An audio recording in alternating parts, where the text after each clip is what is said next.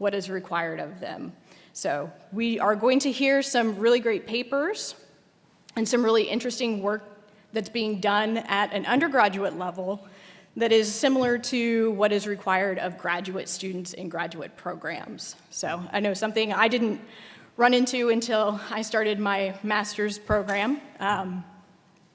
And so we're going to hear some interesting papers today from humanities, from sciences, from a bunch of different disciplines. I should have introduced myself. I'm Dr. Sarah Williams. I am the art historian here at Millsaps College. And I need to thank my predecessor, Dr. Alex Rice. These students started their projects with him last spring, the spring of their junior year. They continued to work on these projects throughout the summer and then finished them up this fall. So they've been working on these projects for a very long time. Lots of dedication, lots of hard work has gone into these projects, the research that they've done. And we're going to get to hear about all of this today. I am going to hand it over to our moderator for the first panel, Miriam Bhatti. She's going to come up and she's going to introduce our speakers for session 1. After each speaker, we'll have a few minutes for questions, and Miriam's going to help field those questions. So, thank you. Thank you. All right, everyone, so starting off strong, we have Tyler Tweed in honors in biochemistry.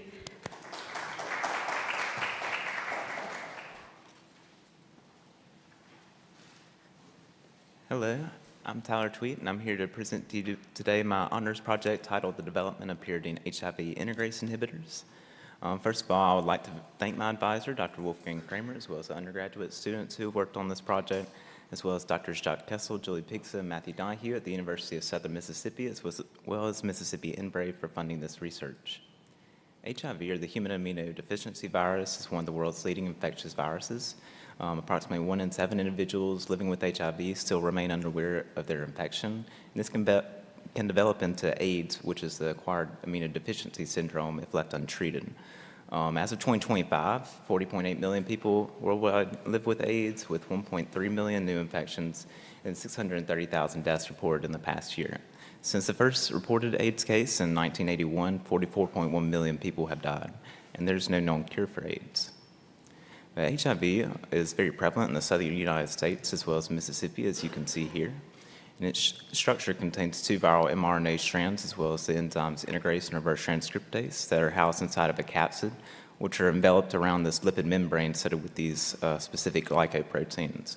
When this virus goes and affects a new host cell, these specific glycoproteins bind to the CD4 receptor. This initiates a fusion process, releasing the capsid inside the host cell, which is then encoded. The viral mRNA strand is revealed and reverse transcribed by the enzyme reverse transcriptase, and then into viral DNA, which is then integrated into the host cell's genome by the enzyme integrase. And this is where this project is targeting, is the inhibition of this integrase enzyme. And so you can see here in the other green boxes that these are also where known inhibitors can act. Reverse transcriptase inhibitors are the most potent and typical ART therapy, so antiretroviral therapy. It's usually a combination of 2 NRTIs and 1 integrase inhibitor. And so this is kind of fueling our prospect for looking into integrase inhibitors. And here's the integrase enzyme itself, 3-dimensionally mapped out here, and where known inhibitors can bind to the active site. Some of these known inhibitors are here, so these are INTSEs, integrase strand transfer inhibitors. The top 3 above are FDA-approved INTSEs. These are 3 of the 5 that are medically approved, but each of them have some structural characteristics that are the same, which are this halobenzyl group in blue to the right there, which kind of embeds itself within the integrase enzyme and locks the drug in place. It also has this mid-bond in pink for structural support, and this chelating region in red that complexes around the magnesium ions within the integrase enzyme, and these magnesium ions activate water molecules that initiate the transfer from the viral DNA being integrated into the host cell's DNA. So these are how these inhibitors work. But what we work on is developing an allosteric inhibitor. And so this is another site, so it can be given in addition to known inhibitors for increased potency and effect. And so how does this work? Well, integrase itself is a dimer. So it needs two subunits to come together to become catalytically active. But when this inhibitor is introduced, it then causes these dimers to clump together to an inactive form. So this can be measured by dynamic light scattering method, as you can see above. As time increases, so does particle size, showing that this clumping together, and also this is occurring and this inhibitor is working. This can also be measured by a more sophisticated method that was developed at the University of Mississippi by Dr. Jacques Kessel. This is a FRET assay where typically the dimer emits a signal at 620 nanometers, but when this inhibitor is introduced, it shifts the signal over to 665 nanometers. And this can be measured at different concentrations of the inhibitor, as seen at the bottom there, to find the concentration of the inhibitor at which it's most effective. Interestingly enough, when the inhibitor is allowed to act over the full replication life cycle, so pre and post integration events, it's actually observed to be 1,000 times more potent. This can be explained by the inhibitor interfering with the charging of the capsid, and so the viral mRNA strands are never incorporated inside of the capsid.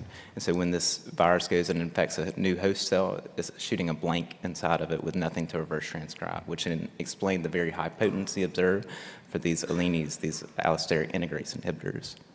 And so what do these look like? Well, there's two main structure features.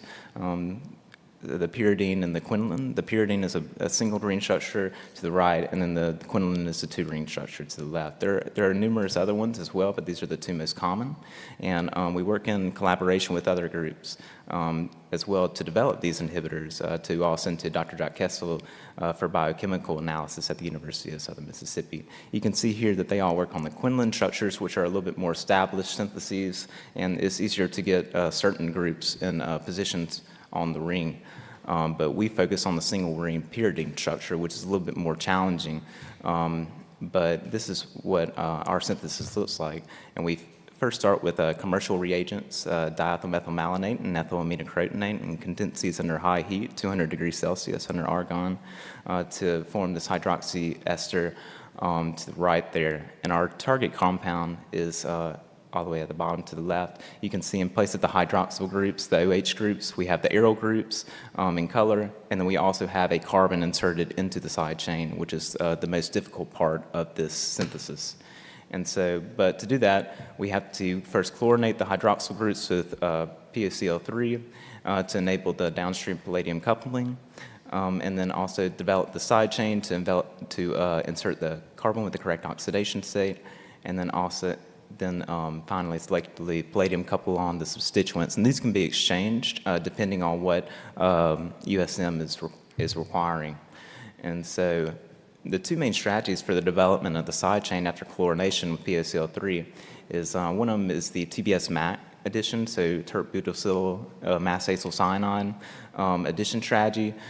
This converts the chloride ester and reduces it down to the alcohol with a red al, and then selectively oxidizes it back to the aldehyde with Swern oxidation, and then it reacts with this TBS-MAC reagent at the bottom of the arrow there to then insert that carbon into the side chain. And then that can further go,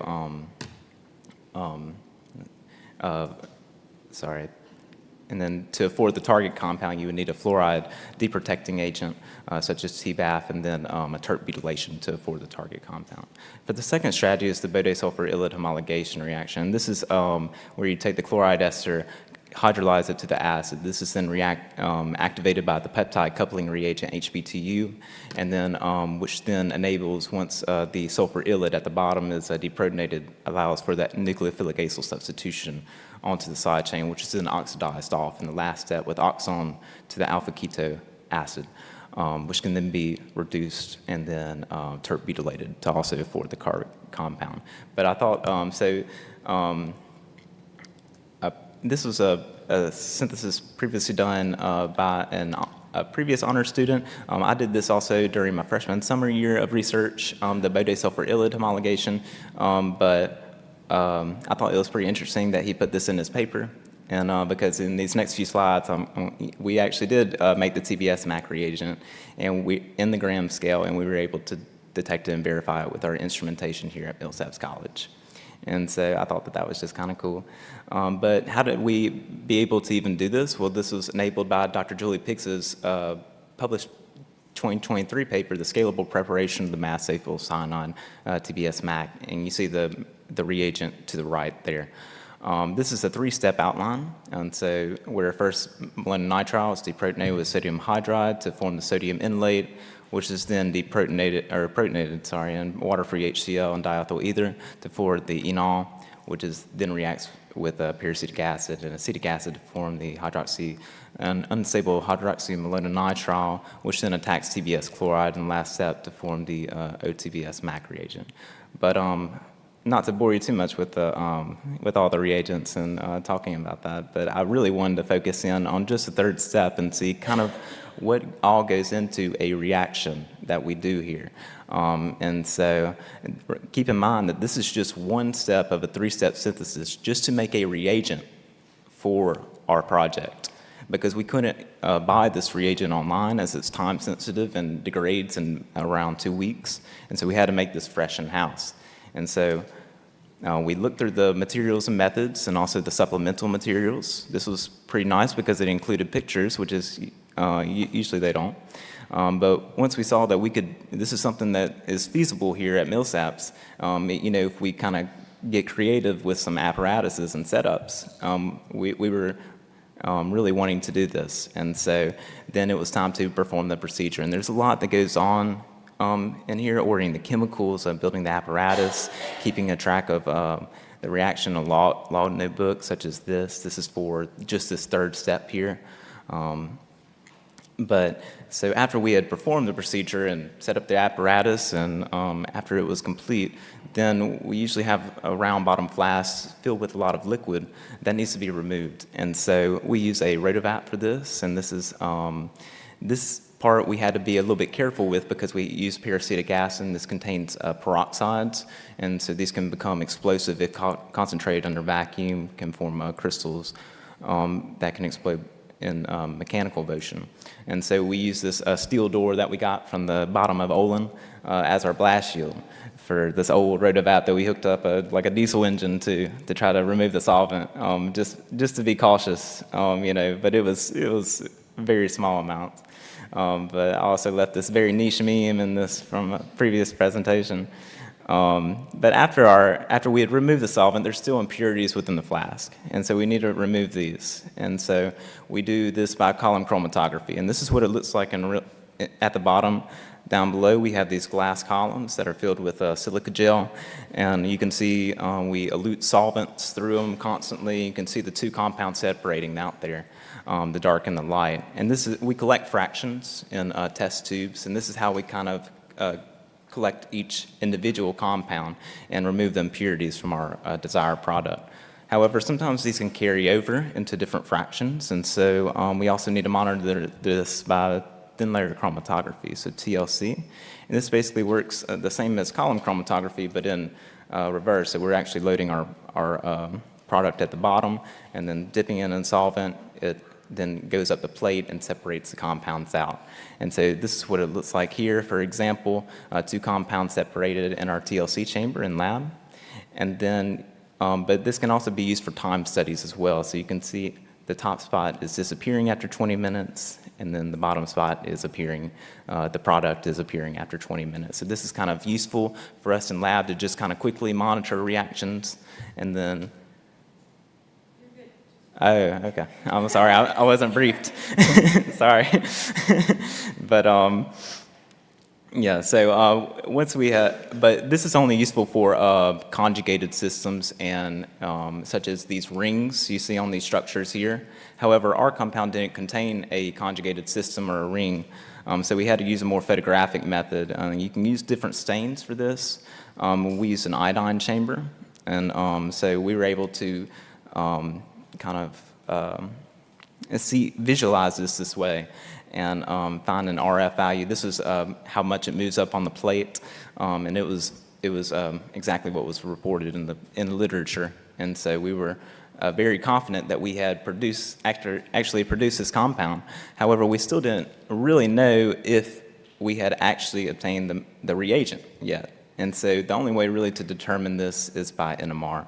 And I'm not going to go too in depth with the physics or anything, but basically every compound has its own signature spectrum, and you can take it from any NMR instrument, and it should read out the same spectrum for the same compound. And so we have to kind of cross-check ourselves with references to make sure that we are actually making what we're saying that we're making. And so here's a simplified version to the left here of the TBS MAC reagent, and then to the right is a more drawn out. We can actually label the specific protons, and we can see this on a reference NMR spectrum. It's 400 megahertz taken at the University of Southern Mississippi, where you can see the methine proton in red at 5.5 ppm. This is a very distinguishing feature of this compound, and with an integration of 1, and then you see the terp-butyl group with an integration of 9 at 1 ppm, and then at 0.4 ppm you see the 2 methyl groups attached to silica with an integration of 6. And so those are the amount of protons on those carbons. And whenever we took our NMR spectrum of our compound of our third step of the TBS MAC reagent synthesis, this is what we obtained. And it was, once we had seen this methine proton peak and then the integration between the terp-butyl group and the 2 methyl groups, we had accurately, we could say we had accurately made this at Millsaps, And, but just keep in mind that this is all just for one step of a 3-step synthesis, just to make the reagent for all the synthesis that we have going on for this project that have been going on. And so with that, any questions?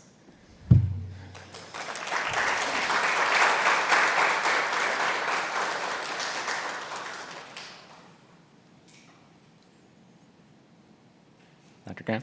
I'll ask you a question, Tyler. This would be good prep for your oral comps later this semester. I want to go back to the NMR, if you wouldn't mind. So, if I'm looking at this NMR, you said, let's go back one more slide. You said that peak at downfield at 1 part per million is at 9. Is that right? You integrated it to 9? Well, yeah, around 9. If I were to round it, I would round it to 10, right? Yes, it's not spot on. Also, the 2 methyl peaks to the silica, it also, but this is a spectrum taken at University of Southern Mississippi. Yeah. When you did your purification, did you do any characterization of what the impurities were that were created in your reaction? No, we were trying to characterize them by trying to think of what could have happened, something hydrolyzed, or but we didn't really have the time to really go in depth into see the impurities. We were really just kind of focusing on whether we could isolate the compound. Yeah. Have you used the compound yet in the reaction? Yes, we've used it on a reference pyridine 3 carbaldehyde for our compound, and then also for our synthesis as well. Let's see. How did your yield compare to That's the literature yield? So you say you did it on a reference. How did your yield compare to the literature reference? Their yield was around, for submicromolar scales, theirs was around 99%, but for a gram scale it was around like 97 or 80 around there, very high, but ours was around 60%. So still very good for what we had to do for some of these, how we had to conjure up. I have one more quick question, unless somebody else has a question. Okay, last one. How long does this reaction take? I noticed it was at 0 degrees Celsius. So this would take about a week to do during the summer. Just. Mm-hmm.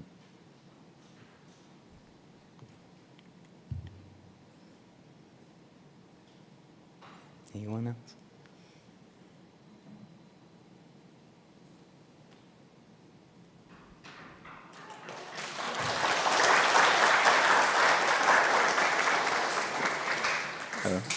Also, oh my gosh, I'm so sorry. I just want to say happy Valentine's Day weekend to everyone. So. Thank you so much, Tyler. Up next, we have Blair Thomas, who has an honors in creative writing.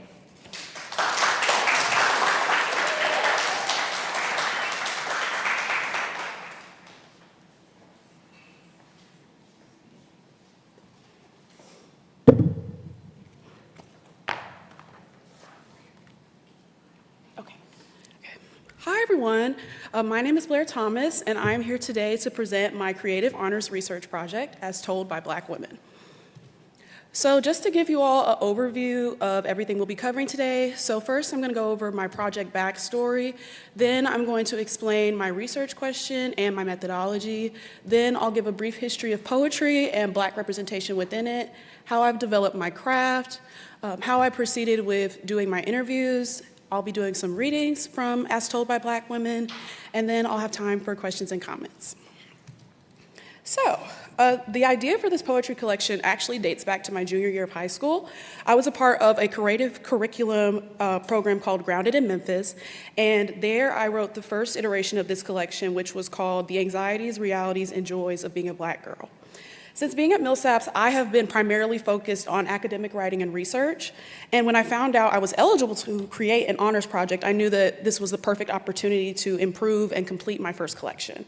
So this current collection is based on the lived experiences of college-aged Black women in 2025.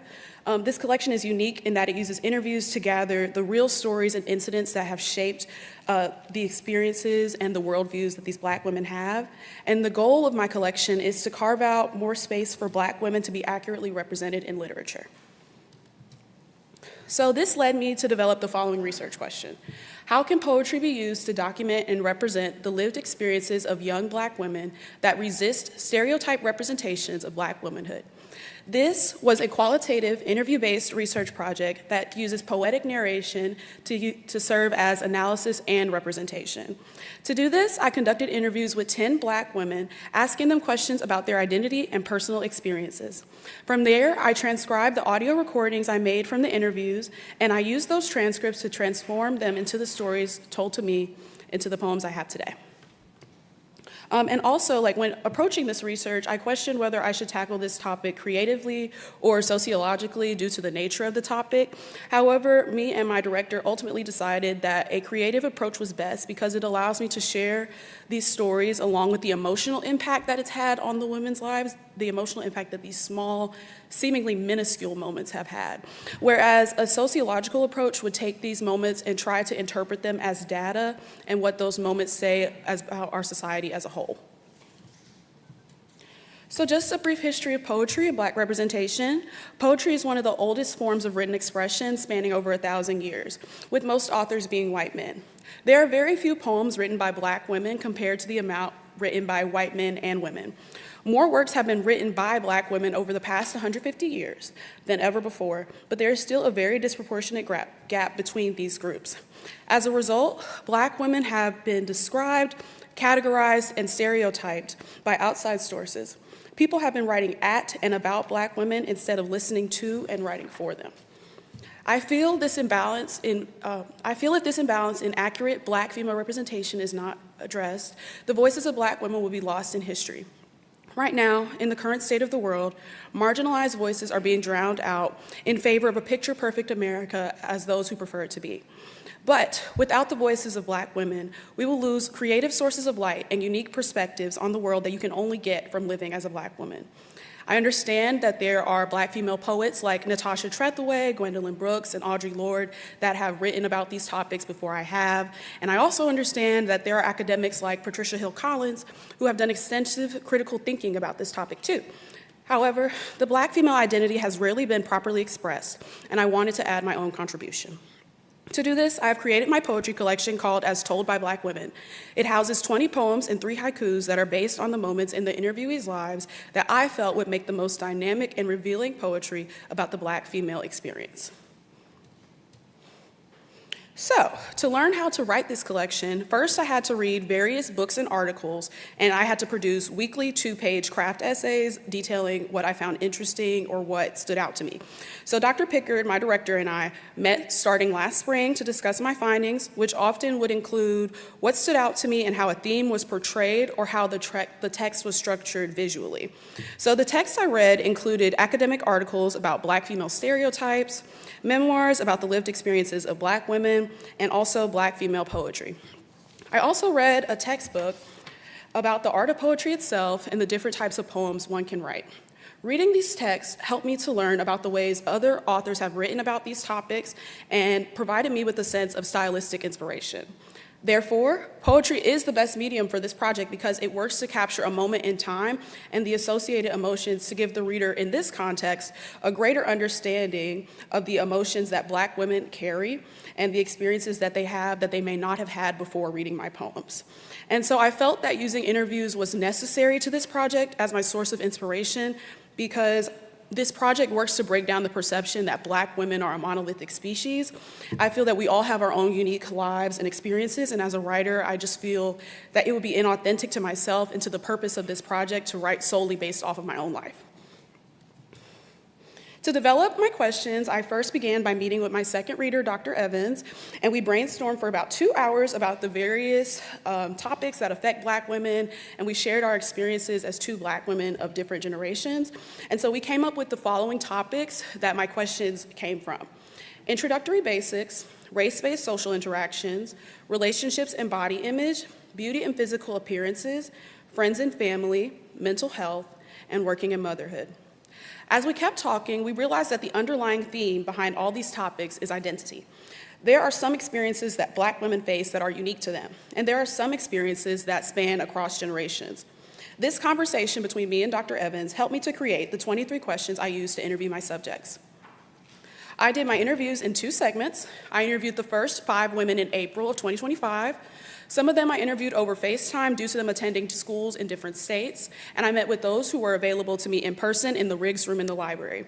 And I chose that environment because it's warm and inviting with the couch and everything, and I wanted my participants to feel comfortable as they were telling me about sacred parts about their human experience. The second set of women were interviewed in July of 2025. All the interviews were conducted over FaceTime due to the distance that summer brings. When performing these interviews, I started them all with the introductory basics, but then I allowed the rest of the questions to be asked based on the natural flow of the conversation, but all the questions were asked.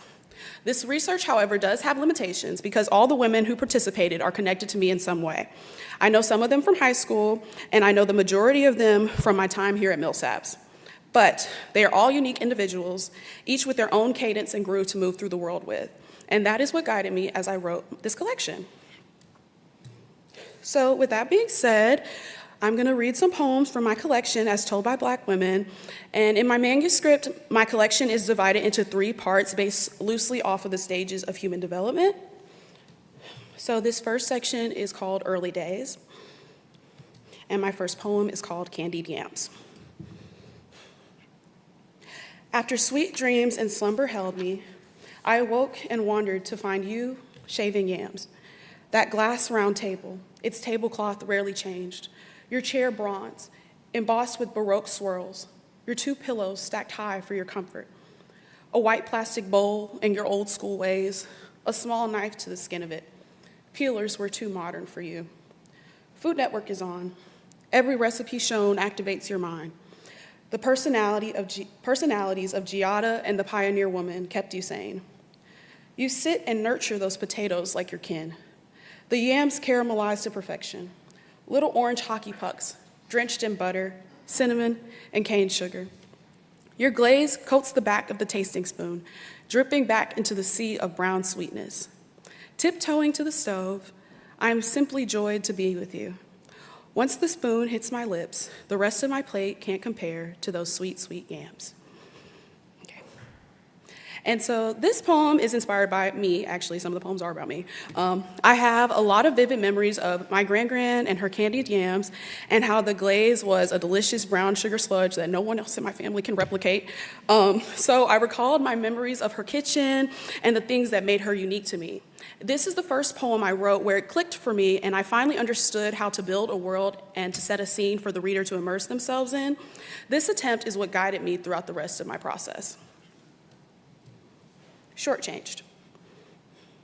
The plate only holds enough space for half of my fixings and my feelings.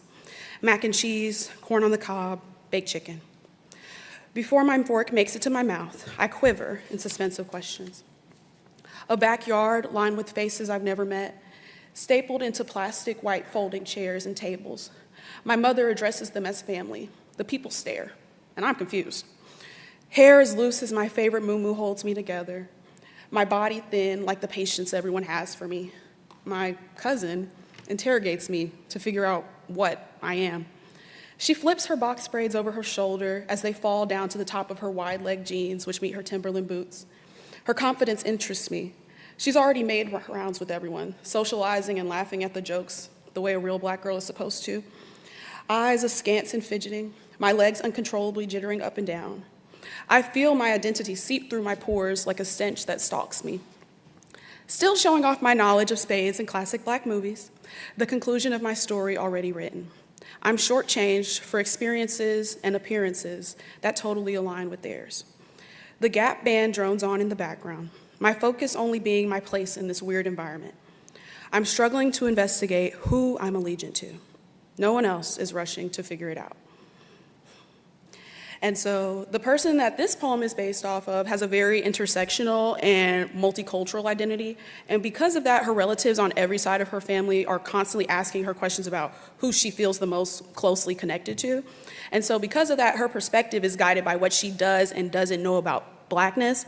But that questioning comes from a lack of knowledge just on how to be. So this is the lens that we as the listener or reader experience the cookout with. So my second section is called Post-Puberty, and this first poem is Intent. I'm sitting on my bed, watching the ceiling fan spin. A knock on my door startles me, and my older brother peeks his head in. Close your eyes, I hear. I blink my eyelids, and 2 tickets to his high school baseball game appear. In his old, grungy Honda CR-V with tan cloth seats, I sat in the front seat for the first time, trap music blasting from the aux cord. As we pull up to the field at the 3rd inning, 2 boys meet us outside. Both tall, locks swinging easily on one, a low taper fade on the other. We strut towards the bleachers. I'm unsure if I'm hearing snickers that echo as we get closer to our seats. My oversized anime t-shirt and blown out afro, covering the breast and butt freshly changed from puberty's recent finish. Low taper fade leans into my brother, whispering with intent and a smirk, looking my way. Yo, your sister has some pretty green eyes on her. A rigid slap made my head turn, as Low Taper's face is now a maraschino cherry. Don't look at her like that. That's my sister. Deafening silence rang out. My brother grabbed my hand and pulled me before my body understood where we were going. Back in the car, us both ashamed and embarrassed, his comforting hands rubbed my back from the driver's seat. I'm never speaking to him again. The words repeat in my brain like a scratched vinyl record. In the dust left behind, my tears dry. At least my eyes are pretty. And so when I was writing this poem, it was easier for me to imagine and do the world building because I've been in this person's car myself. And so this is the car that the person ended up bringing to college and drove the whole time here at Millsaps. And in this poem, I wanted to be sure to honor her brother's character and his image and his actions as he's now passed. And he was a pivotal figure in this person's life, and I wanted to make sure I characterized him correctly. Next, for us to be. Your fingers welcome my hand as we walk down the glass corridor of our hometown mall. The scent of cinnamon sugar pretzels waft past our noses, while I tuck your bouncy curl behind your ear. Your smile peeks out before quickly reverting into fear. My uncle enters the food court haphazardly, unaware of my location. I turn quickly before he sights me. And you, my young love, your eyes scatter dangerously as we release one another from our warm embrace. The fear of him seeing us washes over me. My face becomes cold. The joy you give me draining from my distant body. The love I have for you still echoes in the silence we've made for the safety of our connection. I'll simply walk with you until my family creates the breathing room for us to be. And so this poem is based on the participant not feeling comfortable expressing her identity or having a partner around her family. The standards in her family and the way it was hard for them to accept her as she was placed her under a lot of undue and unnecessary stress. Nowhere felt safe for her to be alone with her partner, not even the mall. And that sense of uncertainty is something that Black women live with constantly, not always knowing who and where are safe spaces for them. And so my last section is called Black Womanhood. And this first poem is called The Doctor. I'm sitting nervously in this beige corporate square. Random magazines from 1999, sitting, dusty, in a wicker basket. I pick up one, waiting to be called. My blood hot inside of me. My stomach aches and body sores control me. An old staticky television flickers in the corner, moving frames as sluggishly as I move into the examination room. As I list off symptoms, your droopy eyes roll into the back of your head as if you've heard it all before. A sigh escapes your lips. Shrugging your shoulders, you hunch over my chart, hoping for a resolution. In the end, I carry home Tylenol, the universal recommendation. Give it a try, you said. Back in my car, I look in the sun visor, my eyes watering. One day, someone will listen, but for now, I'll still call you my doctor. And so something that struck me in this interview was the amount of times that this participant has spent in her life not being believed by medical professionals when she's ill. She's no reason to make up the issues that plague her, nor does she want to spend her time being as sick as she is, but it happens anyway. And medical professionals still shrug their shoulders at her, and she's still dealing with the same issues that she did when she arrived. This is an obstacle that many Black women face towards living their healthiest lives, and Black women often face obstacles advocating for themselves in healthcare and getting the real help they need. And then my last poem I'll be sharing is called Blackness Is. Boarded down by exponential expectations, I'm the life of the party. Stepping into the room, the eyes of society never leave me, always looking out for my next mistake. The beauty of my efforts hum quietly as I trek through the waters of misconceived notions of what it means to be me. Picking up my soul after it's been trampled, I wash my hands of the plaguing need to help everyone else before myself. My potential will never peak. In every shape or form, my Blackness is wonderful. The impact of my spirit stirs every soul that passes by. As complex as it's kept, imitators will never understand the true essence of what Blackness is. The pain we undertake to be beautiful is one no one should bear. And everyone knows that imitation never tastes as good as the real thing. And so this poem, my last poem I'm sharing with you guys, is based on the last 5 women I interviewed. I asked them, this is based on their answers to the question, what is Blackness? So some people gave some short answers, some people gave longer answers and referenced cultural moments as definitions, but everyone felt that Blackness's defining characteristic is its persistence to still exist and be here and forcefully acknowledged today. So, does anyone have any questions?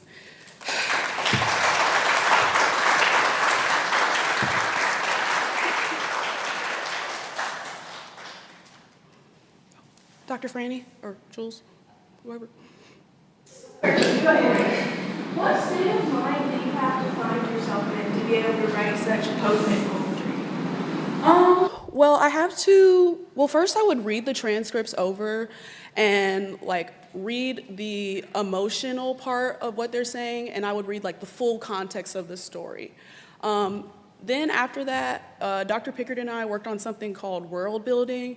And so originally I struggled because I wanted to write about the moments as they were. But as I kept going, I had to build a world around the moments so that the reader was able to understand it as they were. So I kind of made myself, when I was writing, the character of the participant, and then use that in the world I had built and the settings I had built around that to execute the poetry. Actually, that kind of answered my question. I was going to ask about the relationship Okay. between the so you answer. Okay.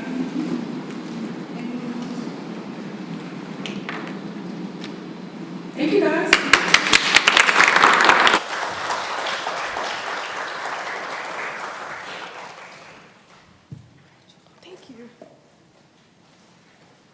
Thank you so much, Blair. Next, we have Clementine Richardson, who has an honors in Greek and Roman studies.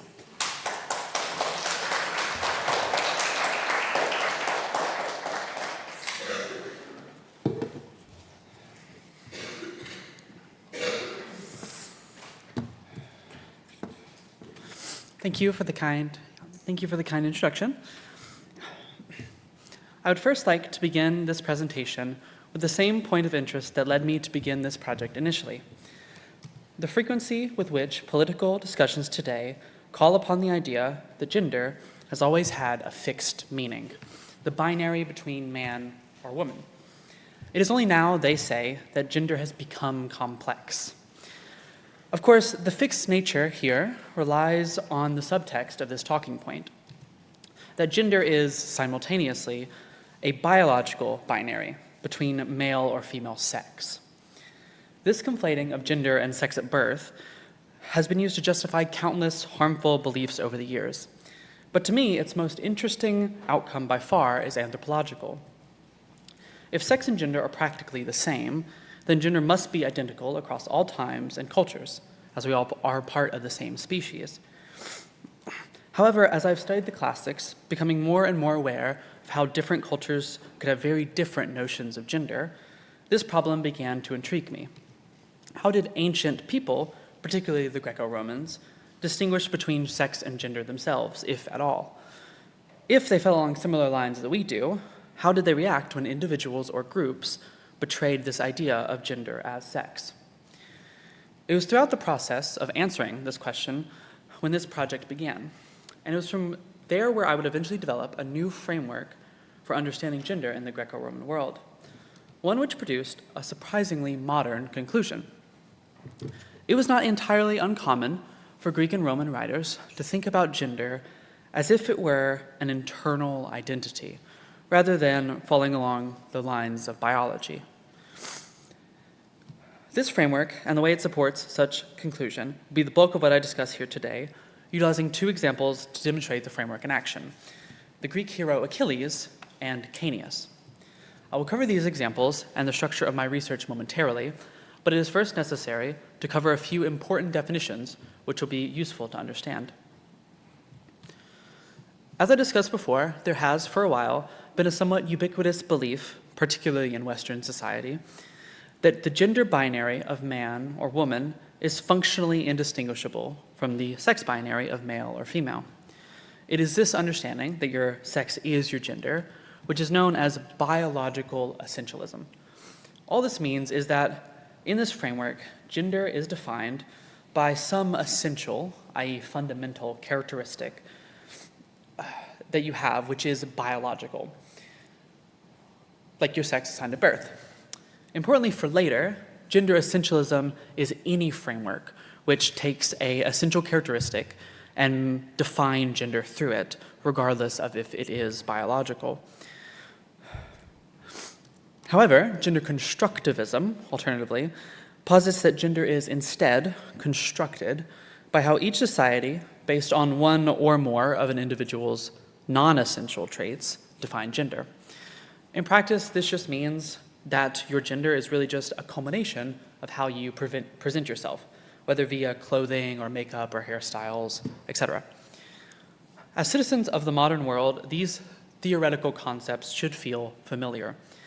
It is exceedingly common to hear sex and gender used interchangeably, and I'm sure many of you are familiar with the phrase gender is performance, describing the effect that our daily performance has on people determining our gender.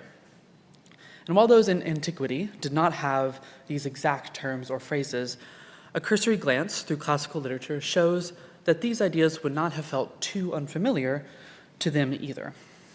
In fact, these ideas are the very heart of my first example, the story of Achilles. If you're familiar in any way with the myth of the Trojan War, then you know that Achilles is the man. He lives up to all of the stereotypical ideas that we still attribute accurately or otherwise, to masculinity today.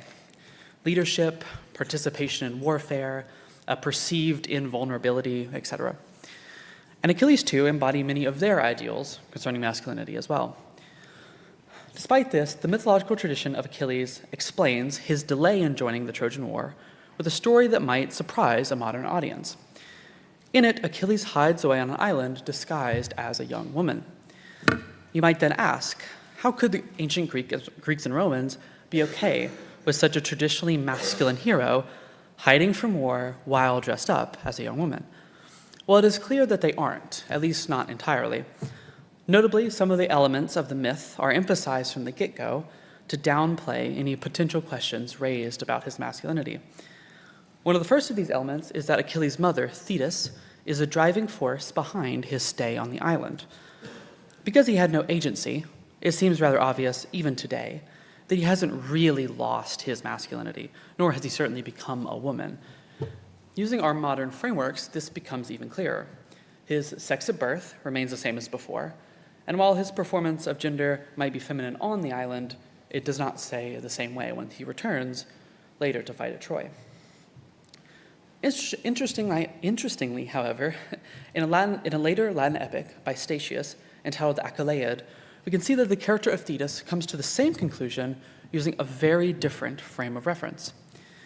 In this, she says, "Lower a little your manly spirit, and deign to wear my raiment.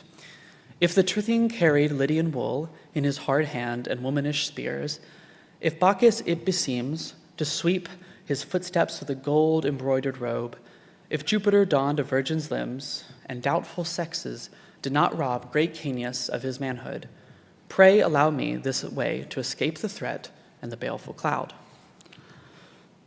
To simplify, his mother here is using 4 mythological examples of masculine figures that, like Achilles, have embodied some element of femininity, but as Thetis argues, are clearly perceived masculinely. The Tirythian here is referring to Hercules, who also lacked agency in a decision he made to cross-dress, an obvious Achilles parallel. Bacchus and Jupiter, 2 gods, seem unaffected by dressing effeminately or transforming physically into women, respectively. And Caeneus, a mortal, is similarly unaffected by the fact that he was originally born female and later transformed into a man. These examples lie wholly contrary to the constructivist or biologically essentialist perspectives that we just discussed. In fact, Thetis here is rather explicit. Gender is pointedly not defined by the external presentation or physiology of these characters. It is not even defined necessarily by their sex at birth. Instead, what ultimately matters, and what Achilles fears being harmed here, is his animus virilis, his manly spirit. This perspective is represented throughout the rest of the epic as well, portraying Achilles over and over as having some internal masculinity or spirit that is unable to be contained by the feminine clothes he adopts. Easily the most recognizable depiction of this is a scene in which Odysseus arrives, knowing Achilles is disguised on the island, and places out weapons on one table and feminine objects on another.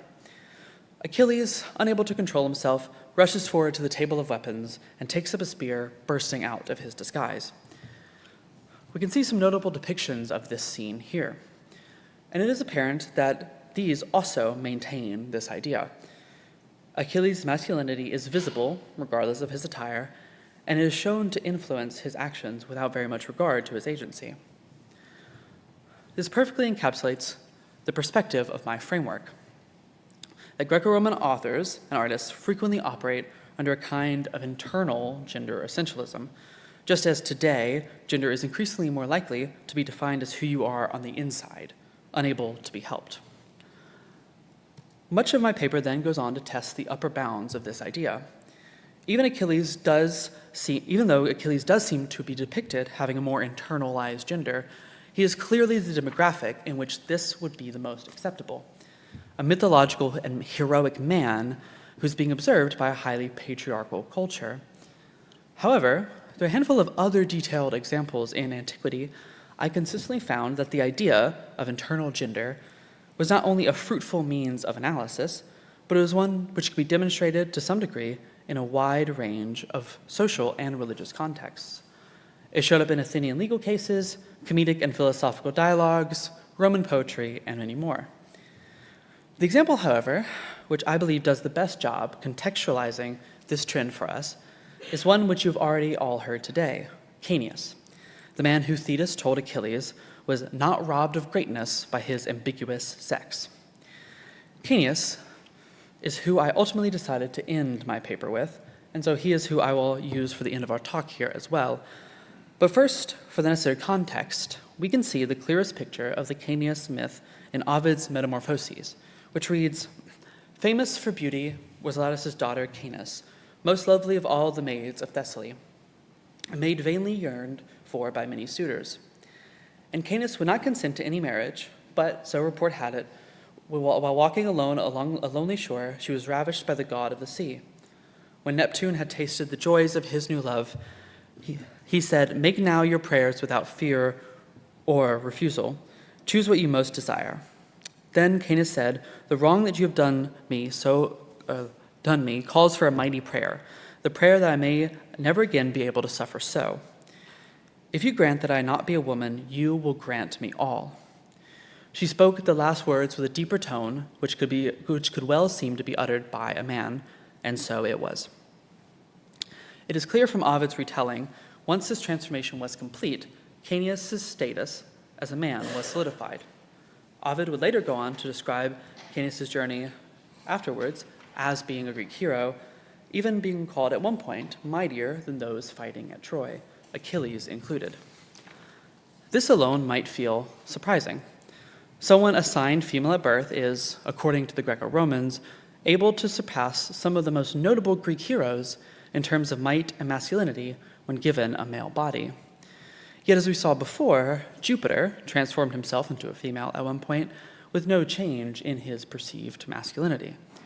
What then might be the difference between these two examples? Ultimately, I argue that our answer here lies with the framework established so far, the concept of internal gender. Following Ovid's textual tradition, it is highly implied by Caeneus' refusal of suitors that she would have been a virgin priestess at the time. And yet, very unusual for other priestesses in Ovid, her goddess is absent here, and the breaking of her chastity goes unpunished.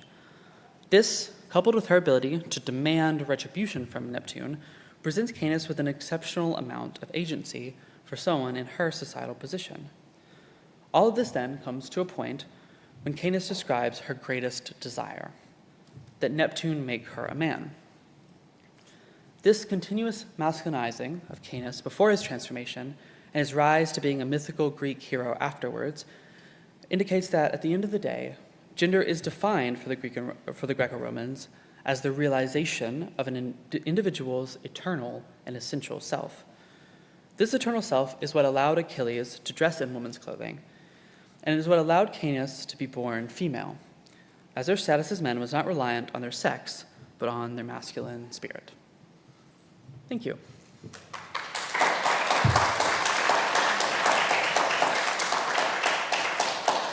Any questions? Yes. From what you're talking about, the Greco-Romans seem to have this really intense fixation on masculinity. What do you think they had to say about femininity in terms of internal gender? Yeah, so that's a really good question.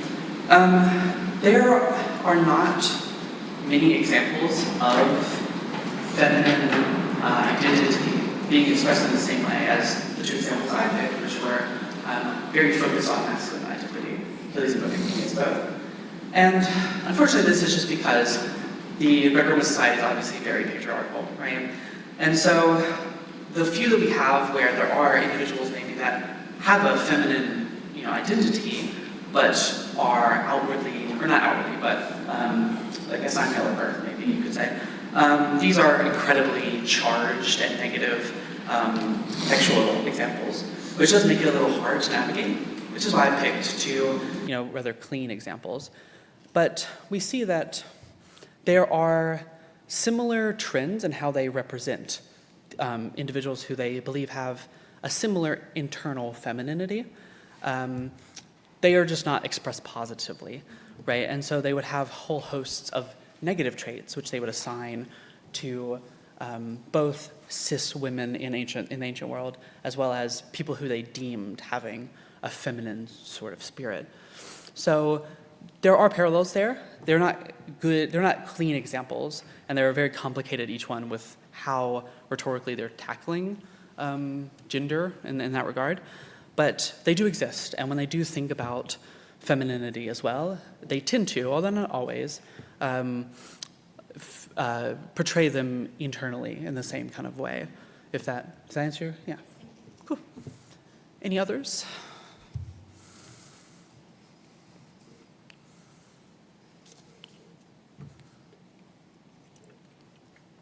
Okay. Oh, yes, Trey.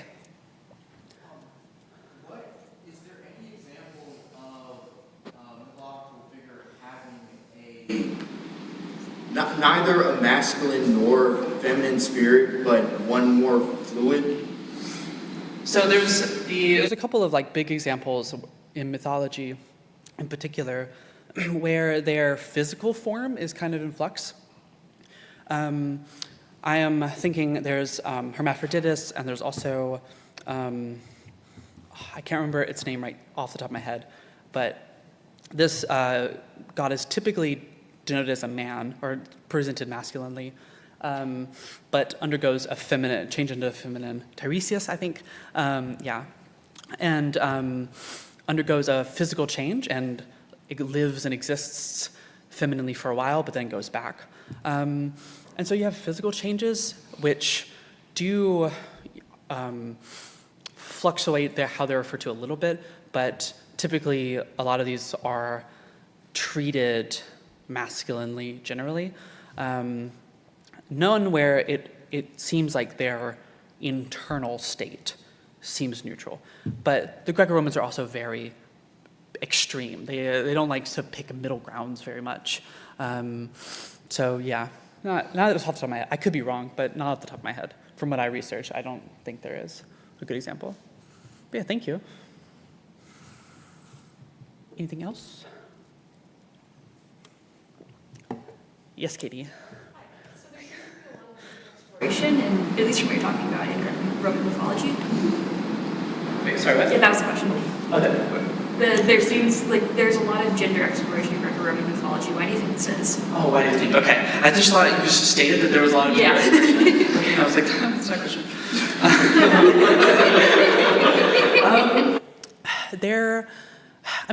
A lot of the mythological examples, at least especially that I pull from here, like with Caeneus, are related to Ovid's Metamorphoses, and a lot of that is specifically talking about form shifting, which influences a little bit that it would kind of give way to that they like thinking about these kind of shifts and what occurs, right, in that particular text.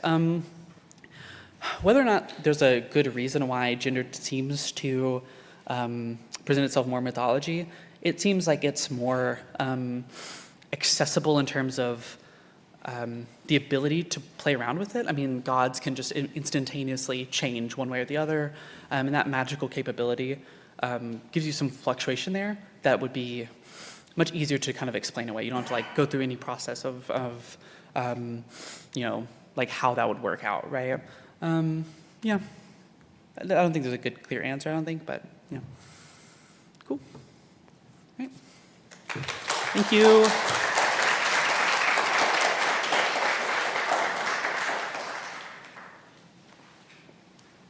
Thank you, Clem. Next up, we have Sarah Smith, who is doing an honors in health and exercise science.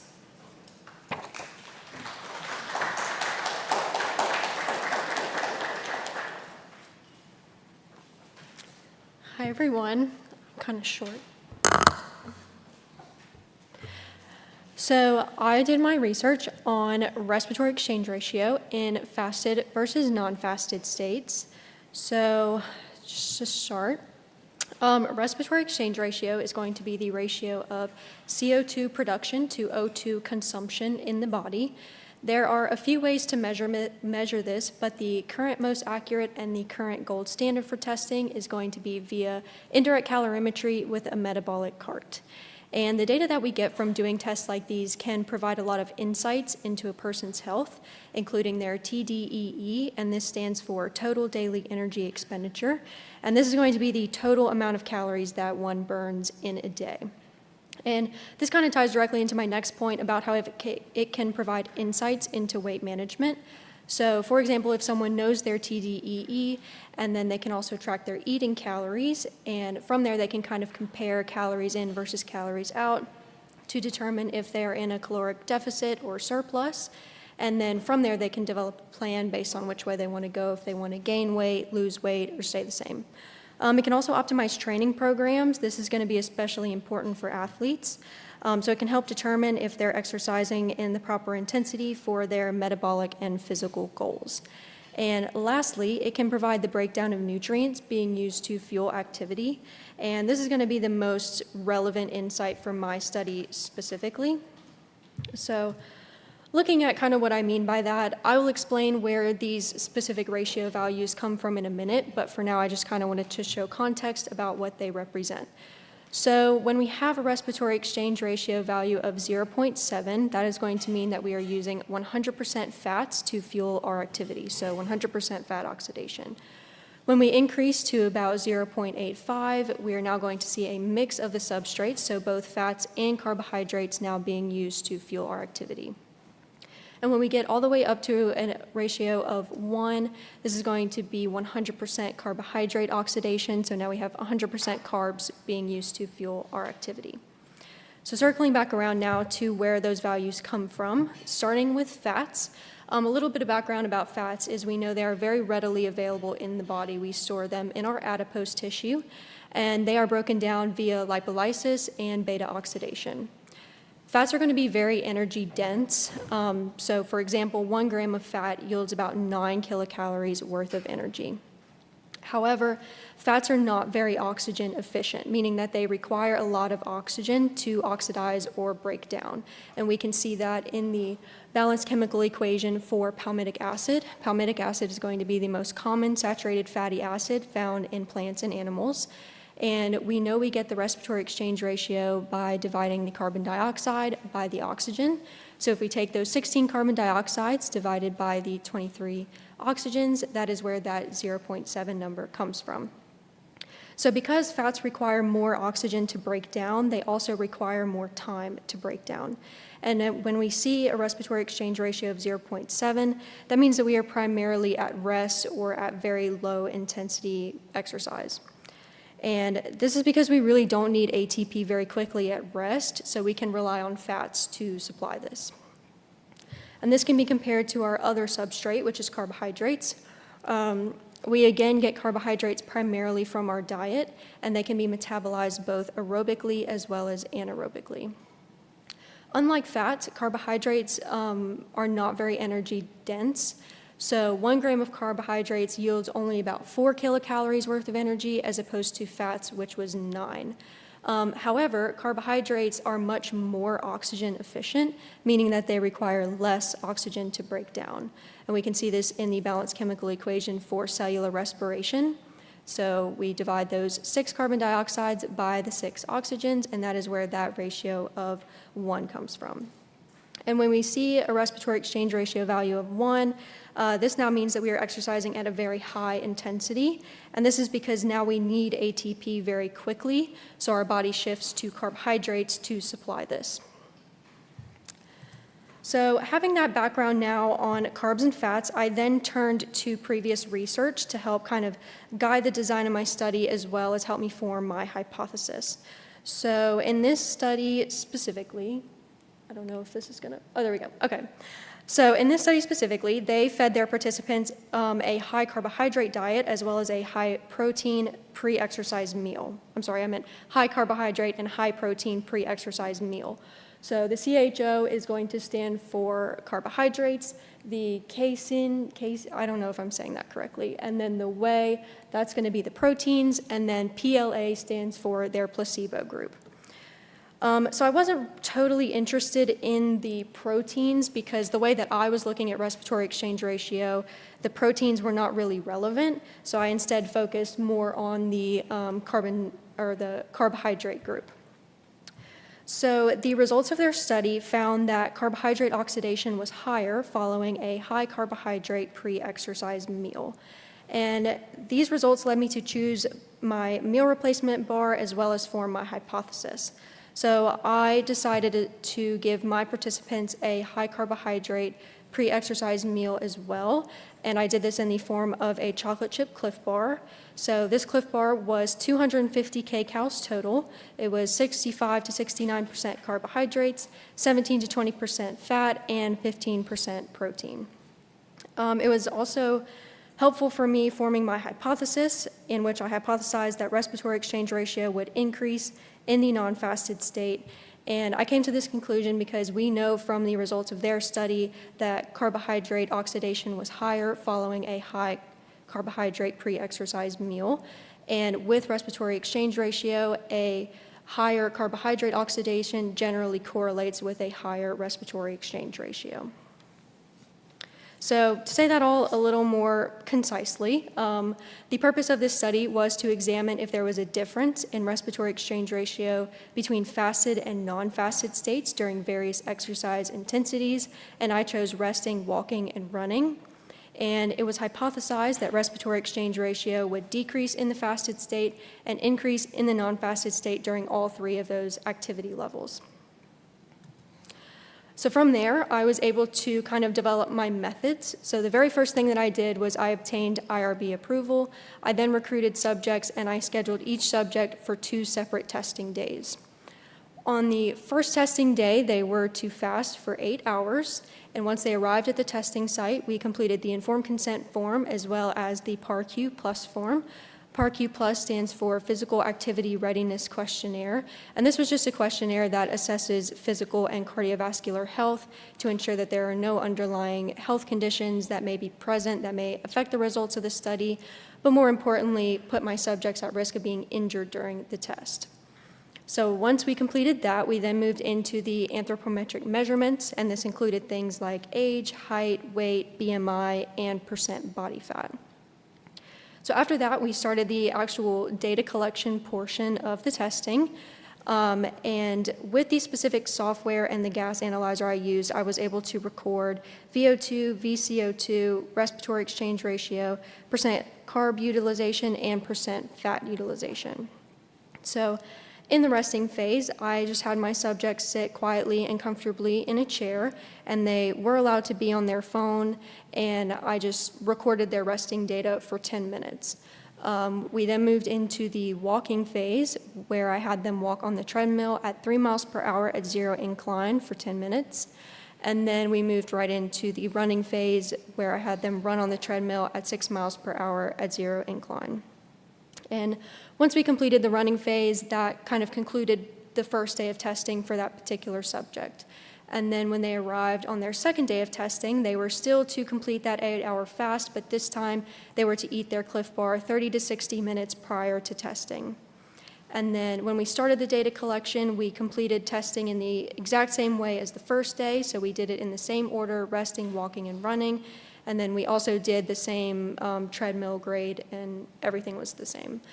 Once we completed the running phase for the second day, that concluded that participants' participation in my study. So upon leaving, they received their incentive as well as their debriefing form. So kind of moving into some of the results, starting with subject characteristics, I had 14 participants total. I had 10 females and 4 males.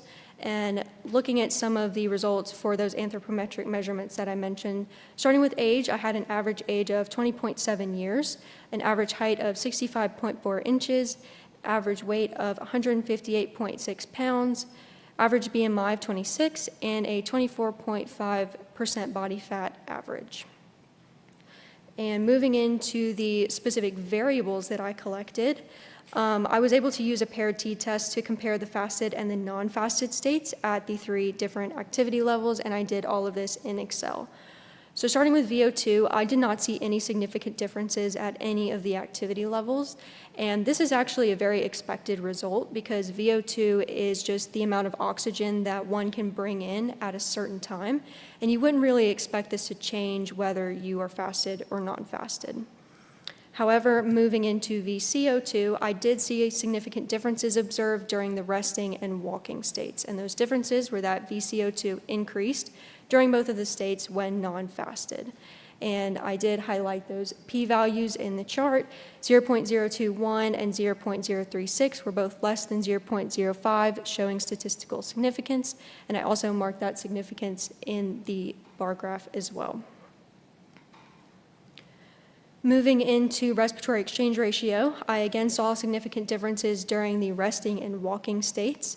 These differences were that respiratory exchange ratio increased during both of the states when non-fasted. Again, those p-values are highlighted in the data table, and I marked their significance in the bar graph. Moving into the substrate utilization results, starting with percent fats, I again saw significant differences observed in the resting and walking states. Those differences were that fat utilization decreased while non-fasted in both of those states. And again, you can see those p-values highlighted as well as the significance marked in the bar graph. And lastly, with percent carbs, I again saw significant differences in the resting and the walking states. Those differences were that carbohydrate utilization increased while non-fasted in both of those states. And once again, you guessed it, I listed the p-values in the table and I marked the significance in the bar graph. Moving into kind of the discussion side, recapping those respiratory exchange ratio results, I did see a significant increase at the resting phase and the walking phases when non-fasted, but I did not see a significant difference in the running phase. So because I only saw differences at 2 of the 3 activity levels, ultimately I had to reject my hypothesis that there are significant differences in respiratory exchange ratio between fasted and non-fasted states. So as far as limitations go, I did have a couple. I had a pretty small sample size. I only had 14 participants. They were also all college-age individuals, so I really didn't have any varying of age above 5 years. Majority of my participants were also athletes, which may have presented with some physiological adaptations. I only did a single bout of testing at each stage, and I also had an uncontrolled meal prior to their 8-hour fast. So it's possible that the meal they ate before fasting was still affecting their metabolic shifting and thus affecting the results of my study. So in conclusion, just to wrap up, the purpose of this study was to determine differences in respiratory exchange ratio between fasted and non-fasted states at 3 different activity levels: resting, walking, and running. It was hypothesized that respiratory exchange ratio would decrease in the fasted state and increase in the non-fasted state during all 3 of the activity levels. The results showed a significant increase in respiratory exchange ratio in the resting and walking phases, but there was no significant difference observed in the running phase, so therefore my hypothesis was rejected. I would like to acknowledge my advisor, Dr. Rem, as well as my second and third readers, Dr. Weidenfeld and Dr. Hendrickson, as well as Dr. Sarah and all of the members of the Honors Committee, and a big thank you to all of my participants as well. Are there any questions?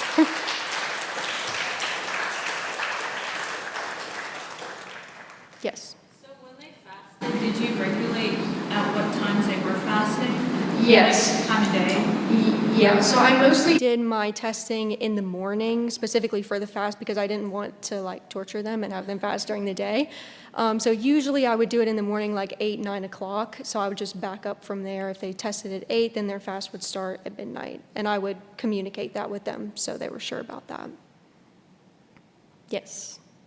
So this may show my ignorance of how things work, but I was wondering if there was another limitation in that. I think you said they were sitting there resting, and they started walking, and they started running, right? Yes. Is there something that happens over time with the rates that you were looking at? So as you're doing something, does that change? And so with the running, if they had started with running, would that be any different? Yeah. I think probably there would have been a difference, and because I did the testing in the same way each day, that probably was a limitation. I kind of just did that as a control to keep it all the same. So maybe if I did this test again, maybe I could do them out of order and see if there was any difference, but I'm not totally sure. Mm-hmm. Yes. Thank you, Sarah. I was curious, you mentioned one of your limitations being your sort of rather homogeneous anthropometric data. I was curious if you have any thoughts on how your results might differ if you had a more sort of diverse body group for your testing pad. Like if I tested more like outside of athletes or? Right, if you if you had a standard deviation of like 20 in terms of age or things like that instead of Yes. that narrow. That was actually something I was interested in. If I did this study again, I would probably first start with like age, because I'm sure there would be a difference with that as well. Similar differences probably with females and males, because that was something I'm interested in. So I think there would be a difference depending upon if I changed it. And I'm not entirely sure what those differences would be, but it is something I was interested in doing. Do you think different levels of aerobic versus anaerobic health prior to the study might have affected your results? Yes, and that's kind of why I mentioned athletes versus non-athletes, because as I said in my limitations, there are some physiological adaptations that can occur. So I think yeah, probably. Yes.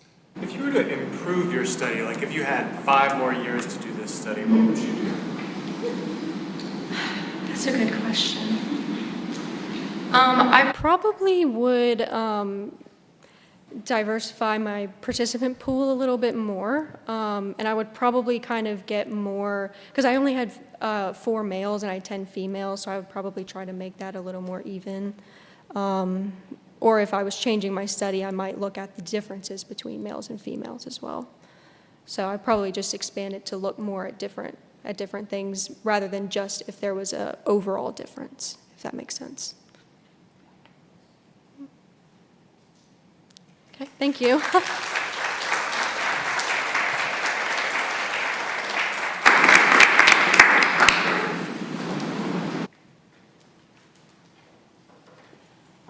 Thank you, Sarah. Next up, we have Kristen Arrington, who has an honors in communication studies.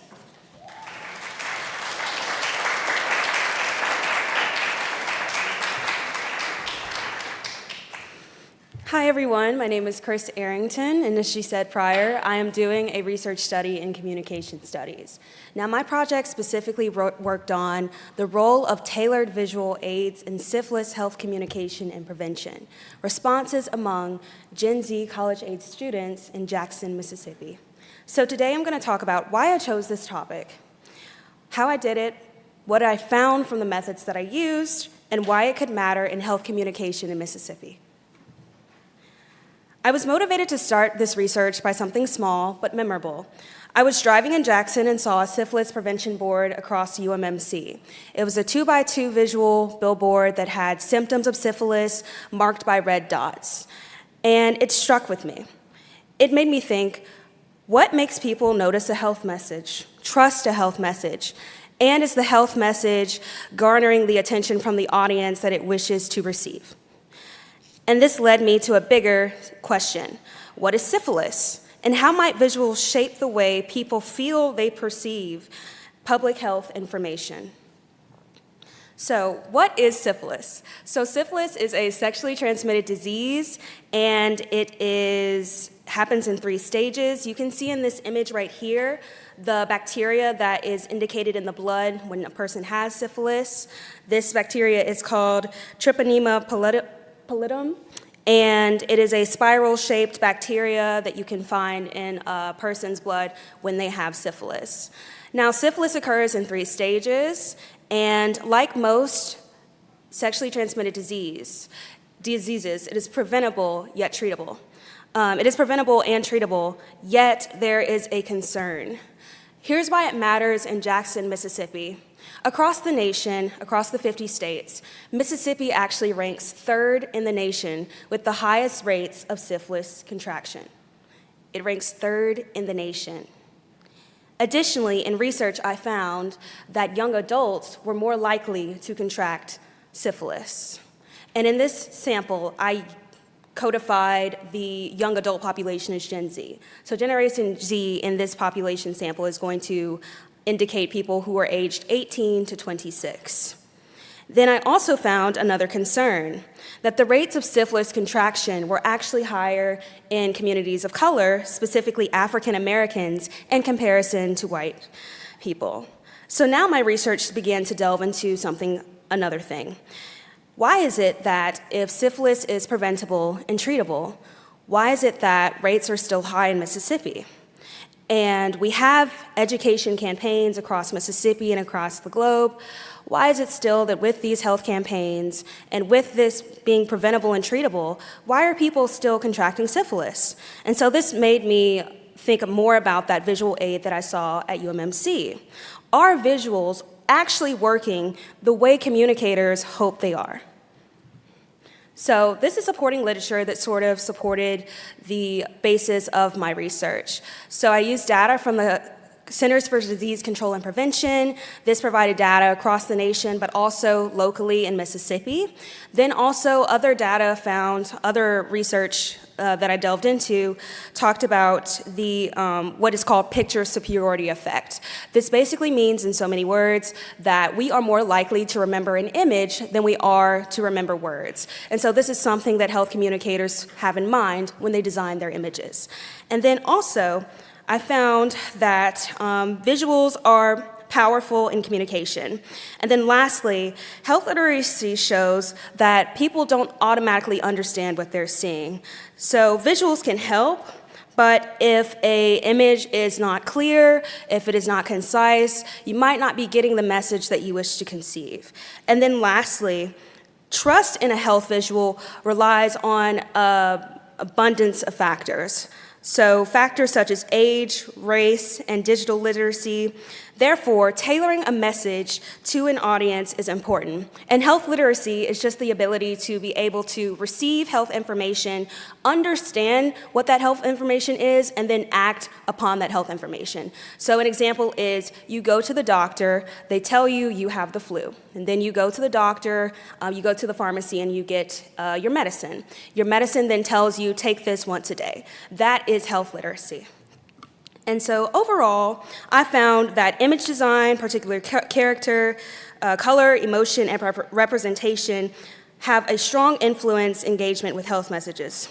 And so overall, I found a gap in the research. Even though there is a lot of communication research on health communication, the generation Gen Z, and then also visual aids, I still found a gap.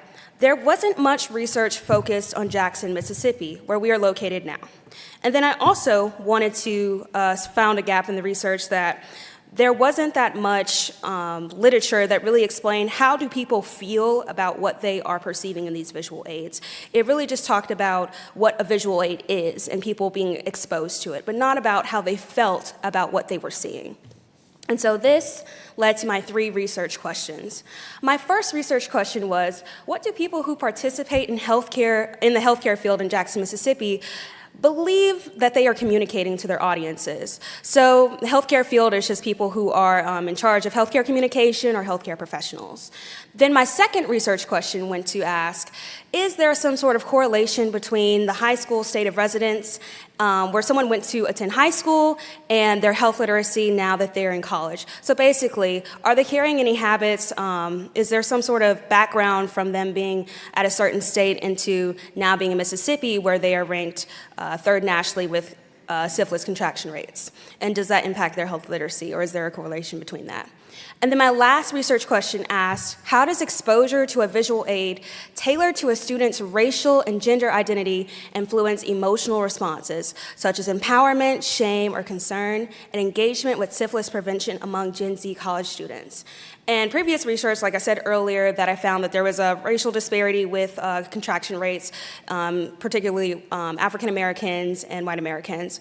And so this is why I developed a research question on, if a visual aid is tailored to a person's racial and gender identity, might that have some sort of influence on their health behavior? Okay. Okay, so this is my methodology. So first I interviewed health professionals, then I designed tailored visual aids, and then I created a digital survey that I distributed between June of 2025 all the way through August of 2025. And then I did data collection through a statistical analysis, and then I did a statistical analysis of the survey. So first I'm gonna go into the interviews. So in my interviews, I interviewed 4 people in total. 3 interviews came from University of Mississippi's Medical Center, and they were people from the communication and marketing team.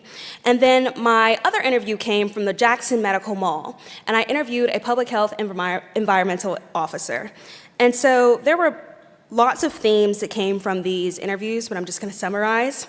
What both communicators had portrayed to me is that, or both people from these both interviews from these institutions conveyed to me, is that people can tell when an image feels staged or performative. Although people do recognize that they feel more comfortable when they see themselves in an image, they still can tell when you stage an image, when everyone's like, okay, pose. So they can tell. So yes, and then I also found that wording is very important in messaging. Particularly at UMMC, they had told me that when they are making a visual, they try to assume that, they try to make it as if someone is from a 4th grade reading level. And then also, language in general was conveyed to me that, like, although you may think certain terminology might be like generally understood, I found through my interview through Jackson Medical Mall that language can also be a barrier, not just medical jargon, but like language in general. So the interview that I did with the public health environmental officer, she works directly with people who have syphilis, and she is the person who kind of asks them about their sexual histories, their sexual partners, and then she does the test to see if they have syphilis or not. And what she had conveyed to me, especially in communication, is that several people were, when she would ask them, have you had sex, they wouldn't understand what the word, they wouldn't understand what the word sex was. So she would have to use like derivatives or slang in order for people to understand her. So instead of saying sex, she'd be like, have you fucked anybody? Yeah. And so she would also have to use slang for genitalia. So that was another thing. People did not understand anatomical, they did not understand penis or vagina. She had to use the slang for that word. So I thought that was another interesting thing, that wording is just not what we think about, like certain general terms. General terms are not always understood by everyone. It is not a one size equals fits all. And then lastly, I found that visuals are important. Both organizations use visuals in their UMMC uses visuals heavily in marketing strategies. If anyone's from Mississippi, I'm sure you've seen a lot of billboards from UMMC, just depicting variation of health concerns. And then also at the Jackson Medical Mall, they use visuals in order for patients to see where syphilis might occur on them, or where they might think that they might have it. Syphilis can be identified by red spots on your palm or on the soles of your feet, or also on genitalia. And overall, the reason why I interviewed these 2 different institutions is because I was also interested in the differences of what people from a bigger institution who have a vast amount of resources, they have a marketing team, they have a budget for all of these things, versus versus a organization that is much smaller. It's a clinic. Jackson Medical Mall is a clinic. And so I was really interested in how resources were distributed and what they found important, despite being at different scales. Okay. Okay, so this is my survey designs. Like I said previously, I did a digital survey from June 2025 to August 2025. This is through Google Forms. In my survey, I just wanted to get general demographics. I asked people what their race, their gender was, how they identified, and then also if they were a currently enrolled college student, and which of the college and universities they attended, and then also what state they attended the majority of high school in. Now, I want to specifically focus on the colleges and universities I used. Like I said, this study was localized to Jackson, Mississippi, so it was important for me, wanting to get that Gen Z audience, that young audience from 18 to 26, to try and get the people from 4 institutions that are localized here in Jackson, Mississippi. So I chose Millsaps College, Jackson State University, Belhaven University, and Tougaloo College. And then I also had an option for those who may not be in college or have graduated already. And so this is a picture of me asking about health literacy. So like I said about my previous research question 2, is there a correlation between high school state of residency and someone's perceived health literacy now being a college student? And so I used what is called a Likert scale. You'll see below, it's the strongly agree to strongly disagree. So people were given a prompt, they were given a description of what they were being asked, and then they also were given a Likert scale. And so this Likert scale accompanied these questions, and there were 6 questions that I had asked. You're gonna see in this image ignore the one that doesn't have the green arrow on it, look at the one that doesn't have the green arrow. This is a eHealth health literacy scale. It's from Norman and Skimmer from 2006. I wanted to have a foundation of an actual health literacy scale that did judge a person's self-reported health literacy. And so my adaptations that I made that you'll see clear in this green arrow, but you'll also see highlighted in these boxes, is that I really focused on sexual health literacy and then where we're located, which is Jackson, Mississippi. So for instance, I said the adaptation that I made was, I know how to find helpful resources in Jackson, Mississippi. I know where to find effective sexual health resources in Jackson, Mississippi. And so then my survey also included the visual aid prompt.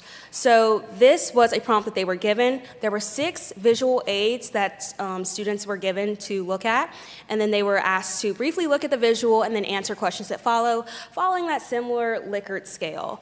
And so I'm gonna go a little bit into what the tailored visual aids were. Every single visual aid that I used was found to be actually used from an actual health institute. The tailored, the doctoring of the images that I did were to focus on the racial and gender identities, specifically black women and men and white men and women. And then also, other changes were to focus on where we're located, which is Hinds County. Okay, so right here, you're gonna see, also I talked about, also in my research, I thought it was important to have neutral visuals paired alongside these tailored visuals. So you're gonna see here that this is a neutral image, and you're gonna see by the green arrow the change that I made. This is the first visual. This is the second visual. I tailored the image to include the white female identity. This is the third image. I tailored it to include the white male identity. This is another neutral image, and you'll see that I just kind of cropped out the organization that it was from, which was the AIDS Healthcare Foundation in the picture.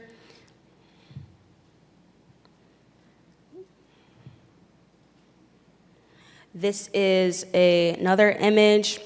The image that you'll see here was actually, there's the PowerPoint's not right, but you'll see, I want you to take a look at the black women that you see on the other side. These black women were included in the visual aid as well. So I included the black female identity and the female identity. And you'll see in this picture here that the differences, there's similarities, but there's also differences. They're all wearing white tops and blue jeans, but they're different, 3 black females and white females. And then I used this image to indicate the black male identity.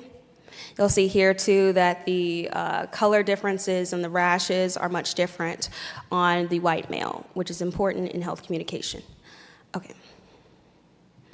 And so I asked questions with each visual aid. So each person answered 12 questions.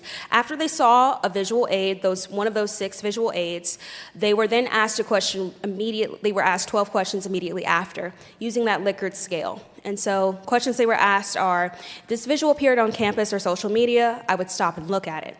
I would feel comfortable seeing this image in a public place like a dorm, classroom, or health center. The visual caught my attention.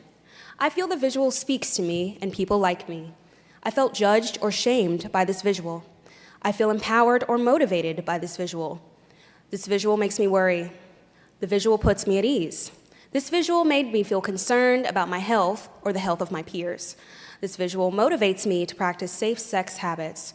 This visual made me more likely to talk about STDs with a friend or partner. I will likely remember the main message of the visual a week from now. So my results from that Google survey, that Google form, I got 61 total participants. There were 59 that I could actually use because of that fact that people had already graduated, so that kind of took it away. But I got 61 total participants, and in that study, I found that the majority of the respondents were Black women. It was about 78% Black women. Also, many of the respondents were from Millsaps College, and then many were Mississippi residents. We'll go into the limitations from these results later on.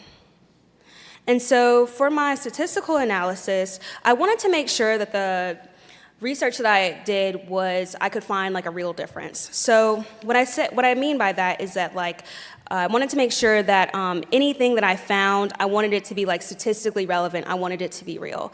So I used a program called JASP. It is a statistical analysis program, and I did two things. I used an independent samples t-test, and then I also used a paired samples t-test. So I want to go into more like why I used independent sample t-test and paired sample t-test.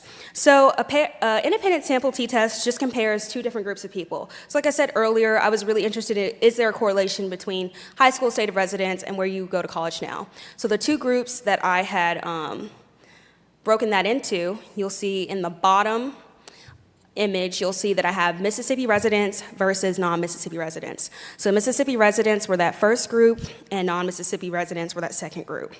And so independent samples t-test just lets you see like different groups, and you're able to like make comparables in between those.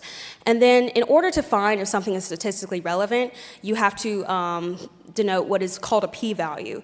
So a p-value just basically means that if you have a p-value that is less than 0.05, your evidence that you found isn't just by random chance, it is something real. But if it is more than 0.05, then that means that what you found, the evidence that you found can just be by chance. People just answer that. People were just having a good day or a bad day. There's multiple factors that can just make it random. So once again, if it's less than 0.05, that means that there's a statistical difference, and that means that something was real. And then if it's greater, then that was probably just by chance. So in this independent samples t-test, these are the results of that health literacy question that I had modified. And you'll see in the top image, in that green circle, p-values. All of the p-values are greater than 0.05. So that just means that there's no statistical difference. That means that the values that I found were just by chance. And then also another important thing to note is that non-Mississippi residents seem to have higher means in not confidence, but just knowing where their health resources were than actual Mississippi residents. I thought that was interesting.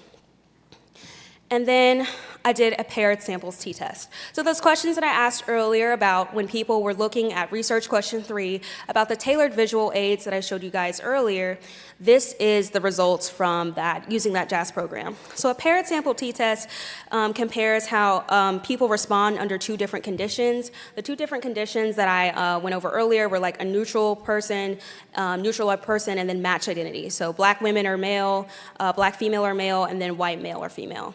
And so you'll see here in the top image that I actually did find 5 statistical differences. I had 5 p-values that were less than 0.05.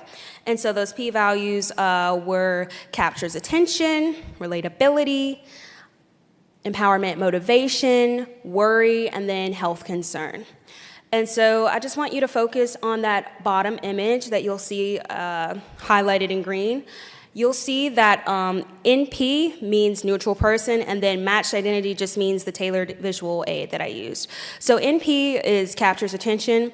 I found throughout these 5 statistical differences that the neutral person visual aid, participants responded to have higher empowerment and motivation. It gave them more ease and more relatability when they saw an image about syphilis education and prevention geared towards a neutral person. And then also in means of the matched identity, I found statistical differences in that there was actually more worry and that it captured attention.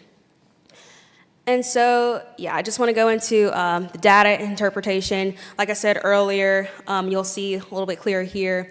What you'll see highlighted in blue are the higher means. And so that is me just sort of noting neutral visuals, like I said earlier, have higher empowerment, ease, and relatability for people. And then matched identity visuals seem to have captured attention more for people, and then also make other people worry, which I thought was interesting. All right, and so some limitations. Like I said earlier, the demographic really reflected me, a Black female in her 20s attending Millsaps College. So I thought that was a limitation because many of the participants reflected upon me, and that just goes into a multitude of factors, my network of people, where it's in college, my own identity, so that was a limitation in the study. Also, short-term data collection. The data collection, like I said before, kind of occurred in the summer, so that was a little bit like a short-term data collection, but I feel like I got enough responses, 61 responses, and then school data collection. Once again, because of my network, because I'm more familiar with Millsaps and Belhaven, I got less participants from Tougaloo and Jackson State, and many of my respondents actually came from Belhaven and Belhaven and Millsaps College. And so some conclusions are that neutral and matched identity, that there were, people felt more, I thought it was interesting that people, when a visual matched their identity, that they were worried and it captured their attention, and that a neutral aid actually provided people with more ease. And this can kind of be explained by maybe a person feels less targeted by an image that doesn't represent them, and so they feel more at ease to receive the information. And then also, I just added that, in conclusion, this can add some sort of new details into the field of health communication, and also a new perspective from the Gen Z demographic located here in Jackson, Mississippi.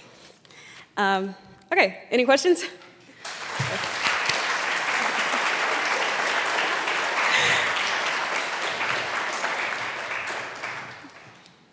Yes.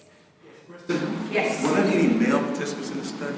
Yes, there were male participants. I believe that data collection, so there were 78% females, and then I think I had about 20% of female, or 20% of males, and then I had a few transgender participants, and then people who are also identified as non-binary.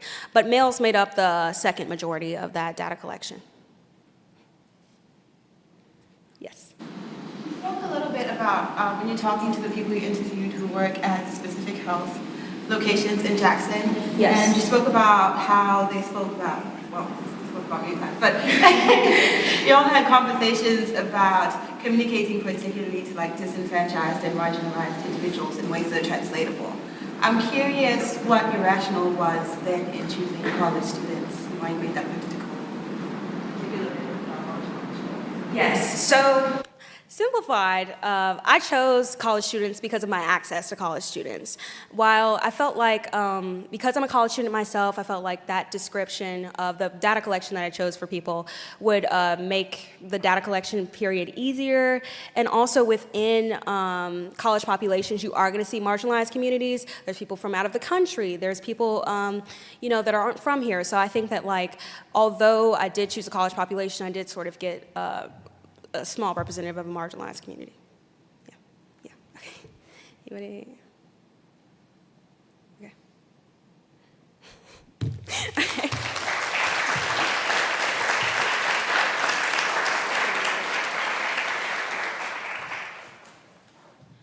All right, can we get another round of applause for all of our first session presenters?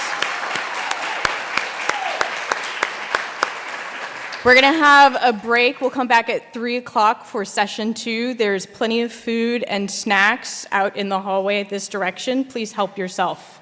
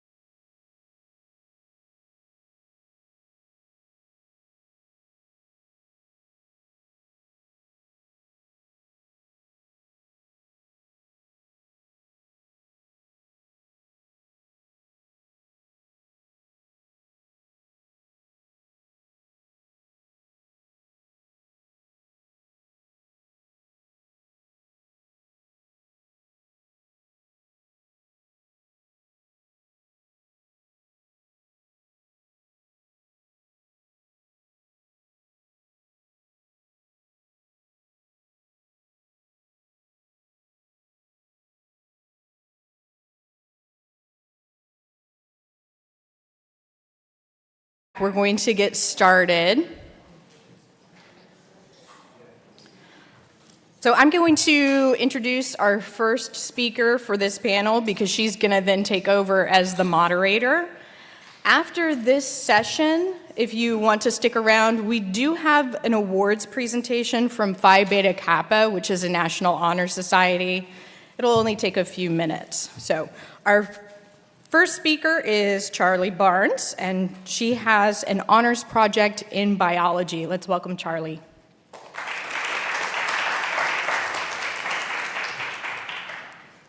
All right, good afternoon, everyone. Today I'm going to be telling you guys a little bit about my honors project, and that is about scorpions. But before we dive right into scorpions, I kind of want to discuss the broader biological framework that ultimately motivates my study, and that is biodiversity. Now, biodiversity is the variety of life on Earth. To make this variety a little easier for us to understand, we can break it down into 3 branches: genetic diversity, species diversity, and ecosystem diversity, all of which interconnect and explain variety of DNA, number of different species, and different ecological processes that occur within a given landscape. Now, why is this important?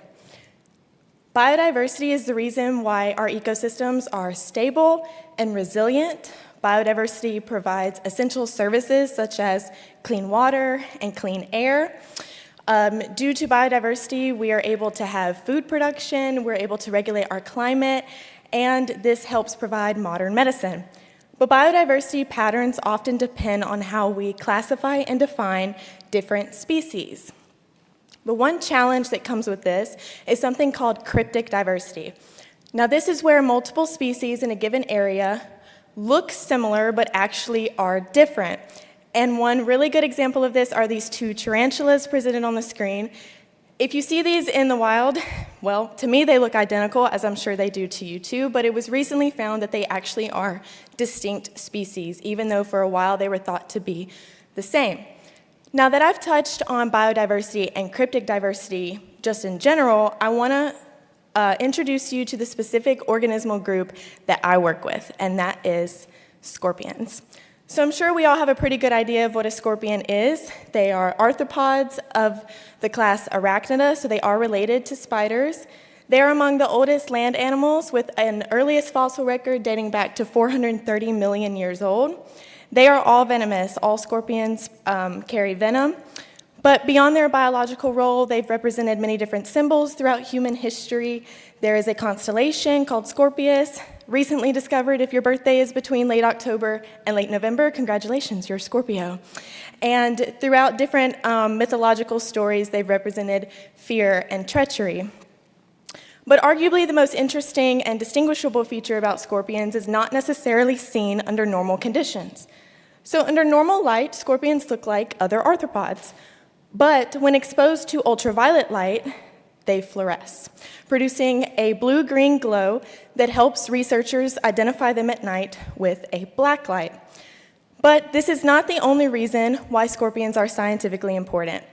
So some other reasons include their venom. Their venom is currently being studied as a potential cancer detection and treatment, maybe even to help manage pain with inflammatory diseases. Ecologically, scorpions are prey for mammals, birds, even reptiles. They're predators on other arthropods. And as far as survival goes, scorpions don't require a lot of energy to survive, so they can survive in high temperatures, low temperatures, even being submerged underwater for up to 48 hours. Now, us as humans will never fully understand exactly why scorpions are important until we know what all is out there. So what do we know about scorpion diversity so far? Well, we know that there are over 2,900 described species. They're found on every continent except Antarctica. And they all share a similar silhouette, a tail-like structure, pincers, a stinger, and an exoskeleton, but they do show some diverse features as well as different colors and sizes. To fully understand scorpion diversity, we have to look at one group at a time. So the particular group that I've worked with is the Pareuroctonus bergi species group. It consists of these 6 species and subspecies that you can see up here. These species and subspecies are put in this group due to many similar features that they share. So certain parts of their body share similar proportions and ratios. They have ridges along their legs and their tails. They have teeth-like structures in between their fingers. And they also show some sand adaptations that we call cedal combs. And these are extensions of their exoskeleton that kind of look like hair, but they help the scorpions move through environments such as these. This is kind of just an example of what a habitat would look like for these scorpions. Those cedal combs help them move sand out of their way to hunt and burrow.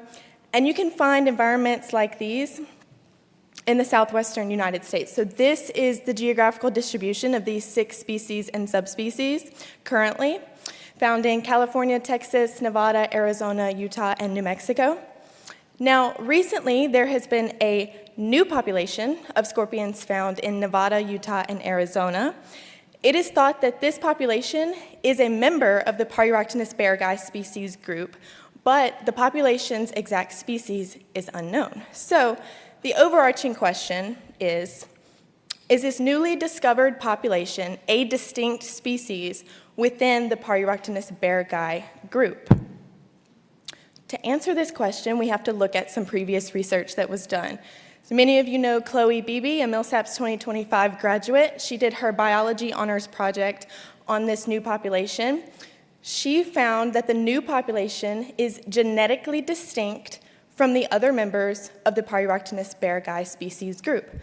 But genetic data alone is not enough to delimit a new species. So this gets into something called integrative taxonomy. Now, integrative taxonomy takes multiple lines of independent evidence and compares them to see how they cooperate, and this helps researchers delimit new species. So we have the ecological and geographical data. We know which habitat they live in. We know where they are found. Now we have some genetic data from Chloe to show that the new population is genetically distinct. What's next? Morphology. Morphology is the examination and comparison of anatomical or external traits. So this is where my project exactly comes into play. My question is, does the morphology of this new population corroborate Chloe's genetic data that suggests this is a new species? How did I do this? Took a total of 67 scorpion specimens, all within the 6 species and subspecies, including now the new population. 40 females, 27 males. This is just kind of an example of what my lab looked like. Overall, 23 anatomical traits per scorpion were measured. And I want to point out that, I'm not going to go through each of these traits, but I want to point out that I will show you an example of my data, and that data is going to show Aculeus length, and the Aculeus is the stinger, just to kind of give you some context. So the way that I measured these was, yes, I had to take the traits apart from each other, and I placed them on a scanner, uploaded them into ImageJ, a software that allowed me to digitally measure them.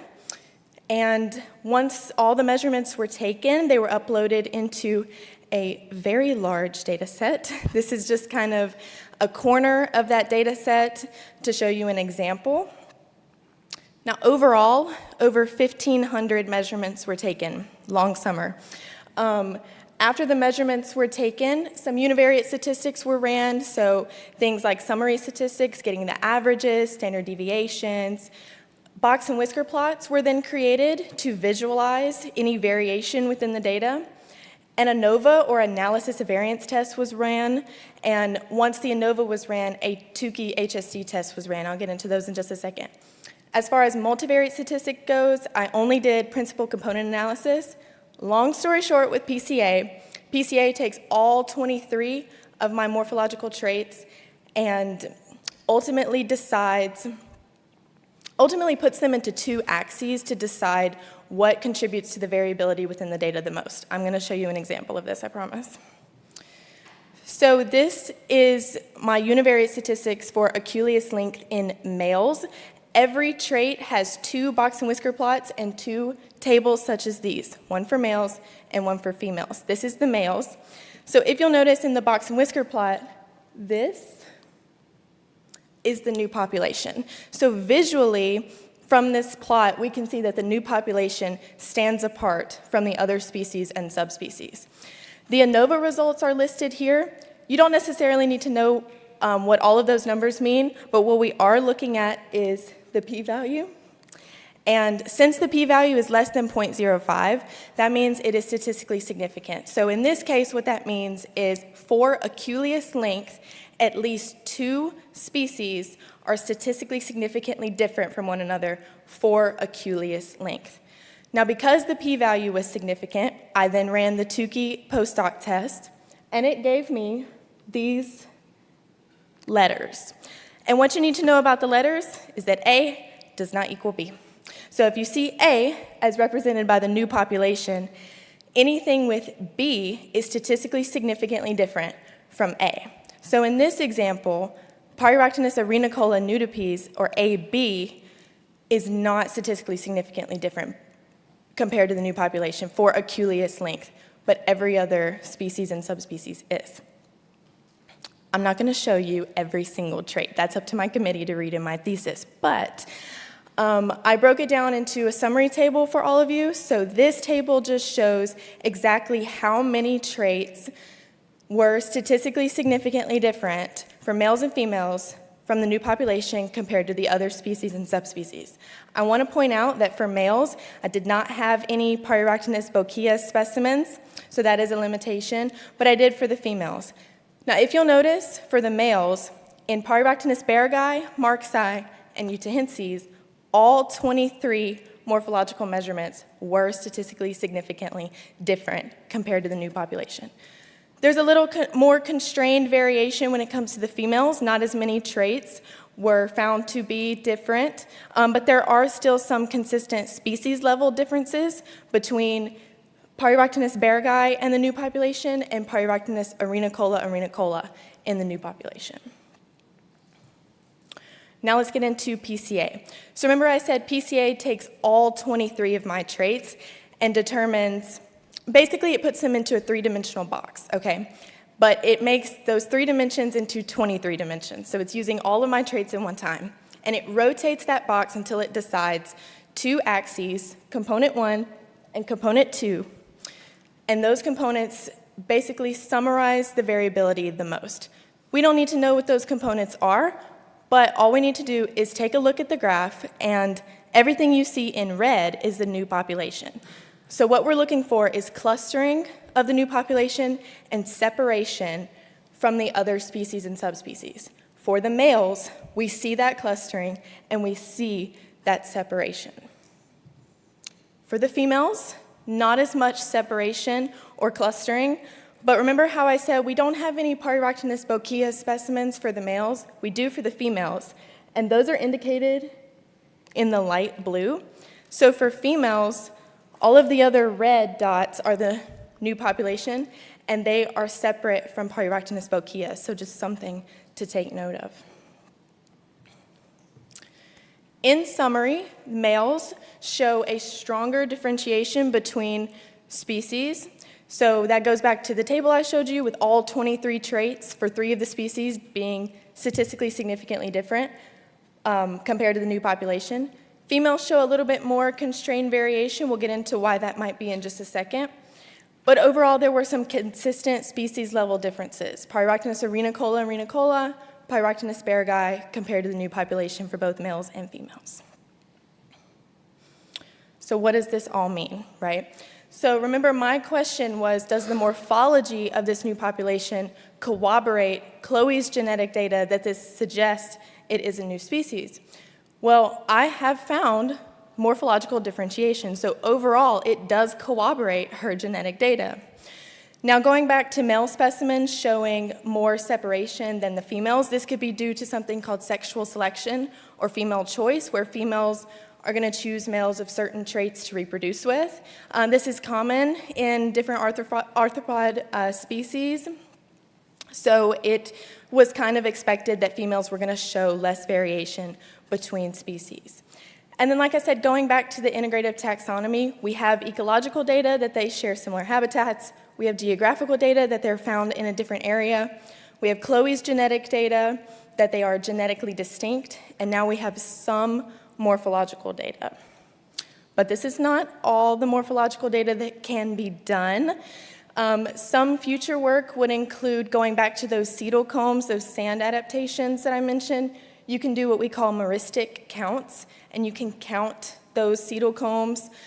You can also do qualitative data, which instead of numerical data like I have, you can look at shapes of certain structures on the scorpions. These are just some other traditional diagnostics that can be run to further refine this as a distinct species. Okay, before I open the floor for questions, I just want to give a thank you to the Millsaps College Honors Program, the Biology Program, Dr. Hendrickson, every student that I've worked with and that has paved the way for me to do this project, my second and third reader, Dr. Selman and Dr. Gorham, and then any friends and family that are in attendance. Questions?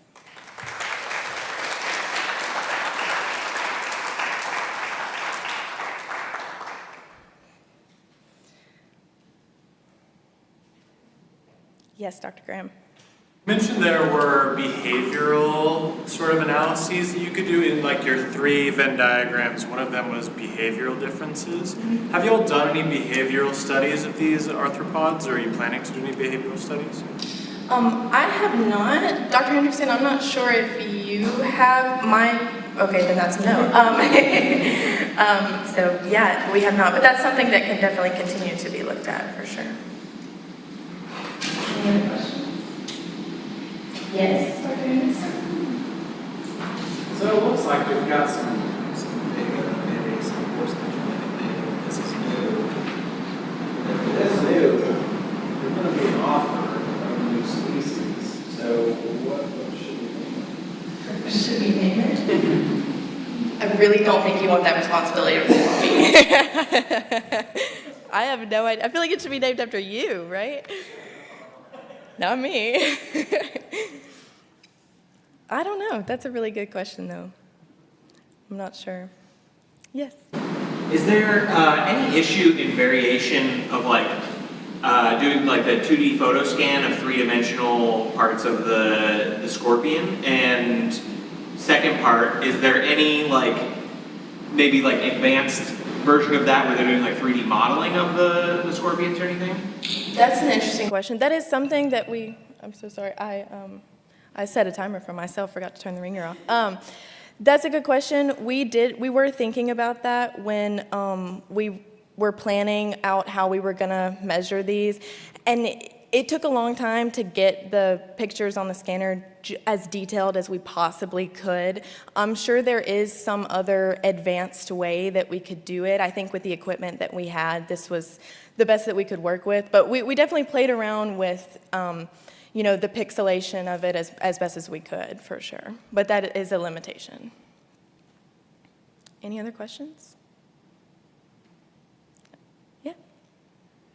Outside of those different measures that you're taking to distinguish, of course, whether this is potentially a new species, is the geographic range, is that also a factor that's considered when making a distinction like this? Yeah, it is for sure.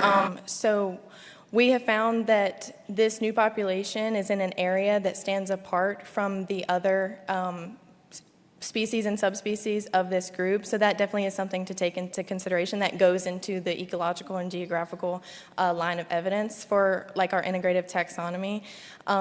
And we did consider that before the genetic analysis was ran last year, we did consider that, what if this is just an extension of another species or subspecies? But overall, Chloe's genetic analysis showed that it is distinct. Anything else? Thank you, guys.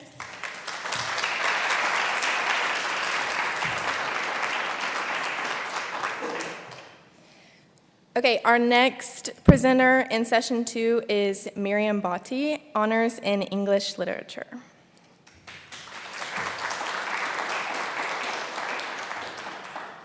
Thank you, Charlie. Okay, we're going to be moving on from the deserts and to a more modern more approach, and we're going to be looking at the Gardens of Eden.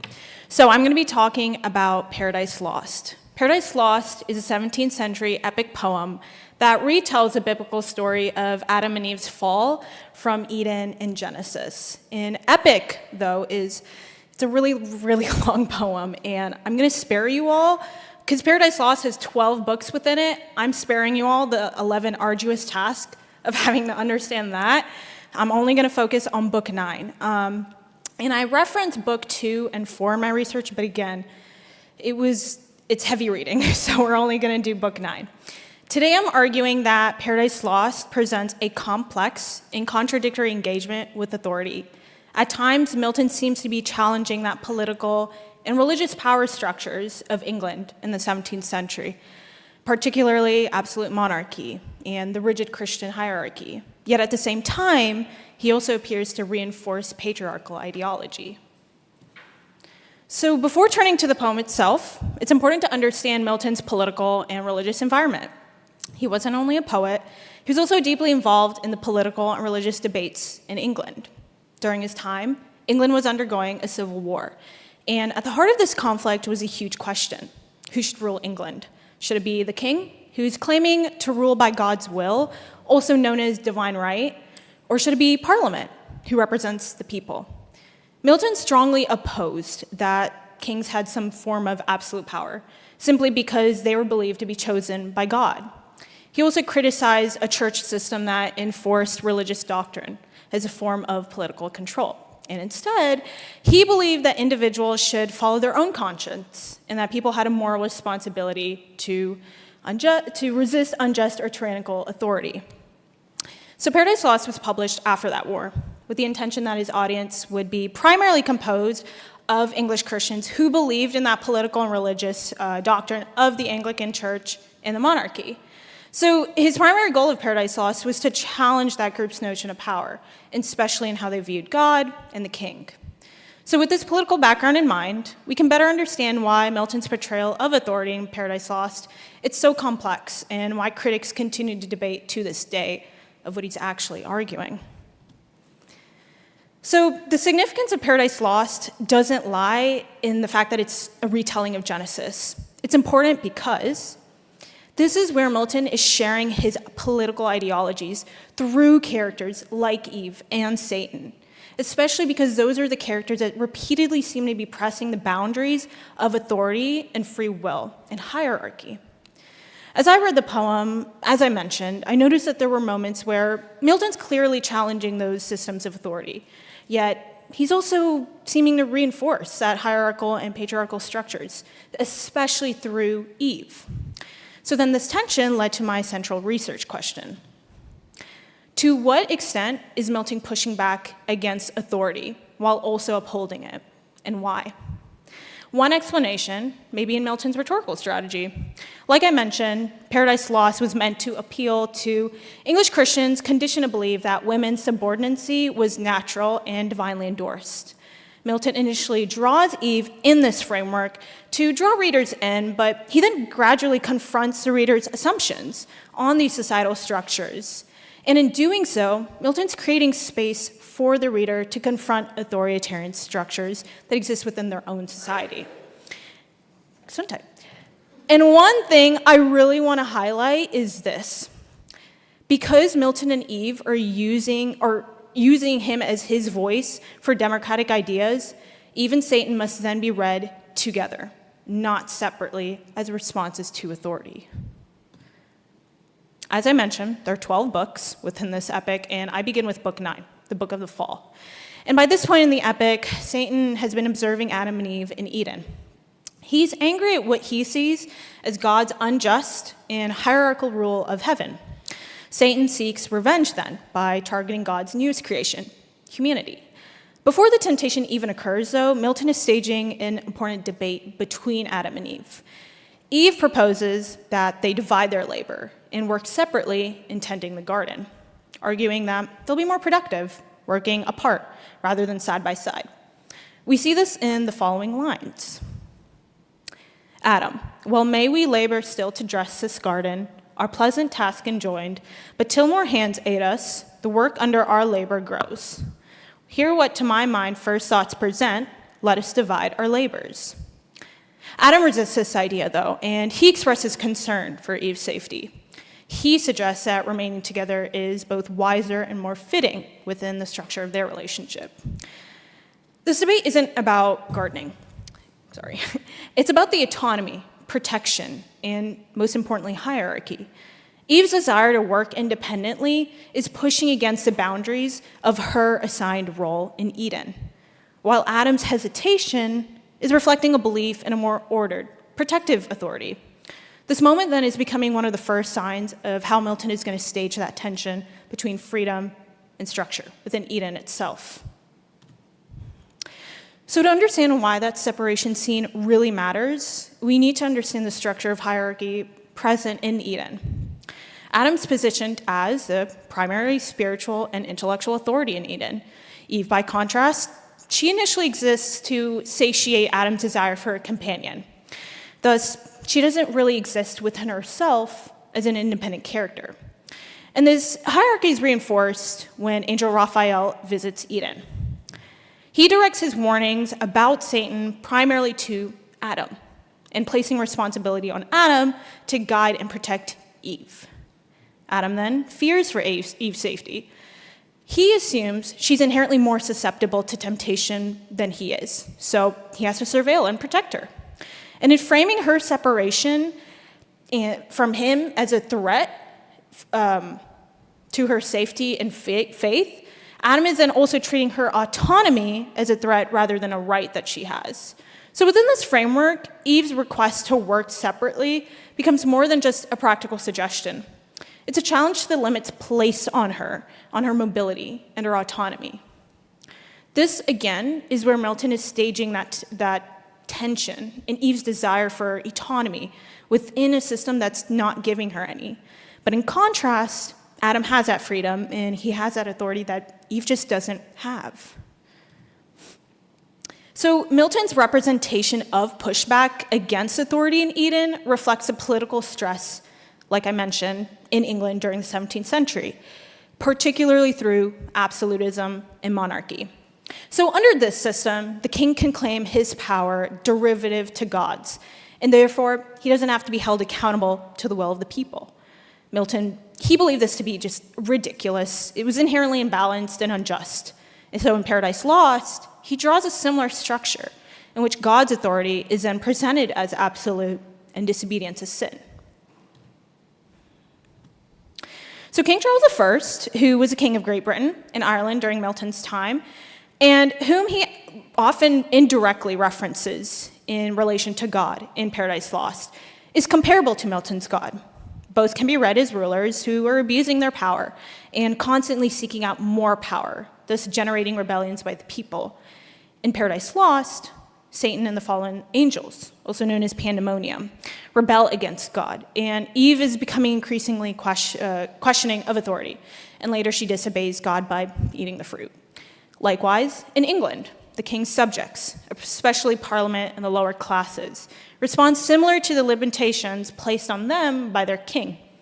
This can be seen here, the trial of King Charles I, and here, the beheading of King Charles I.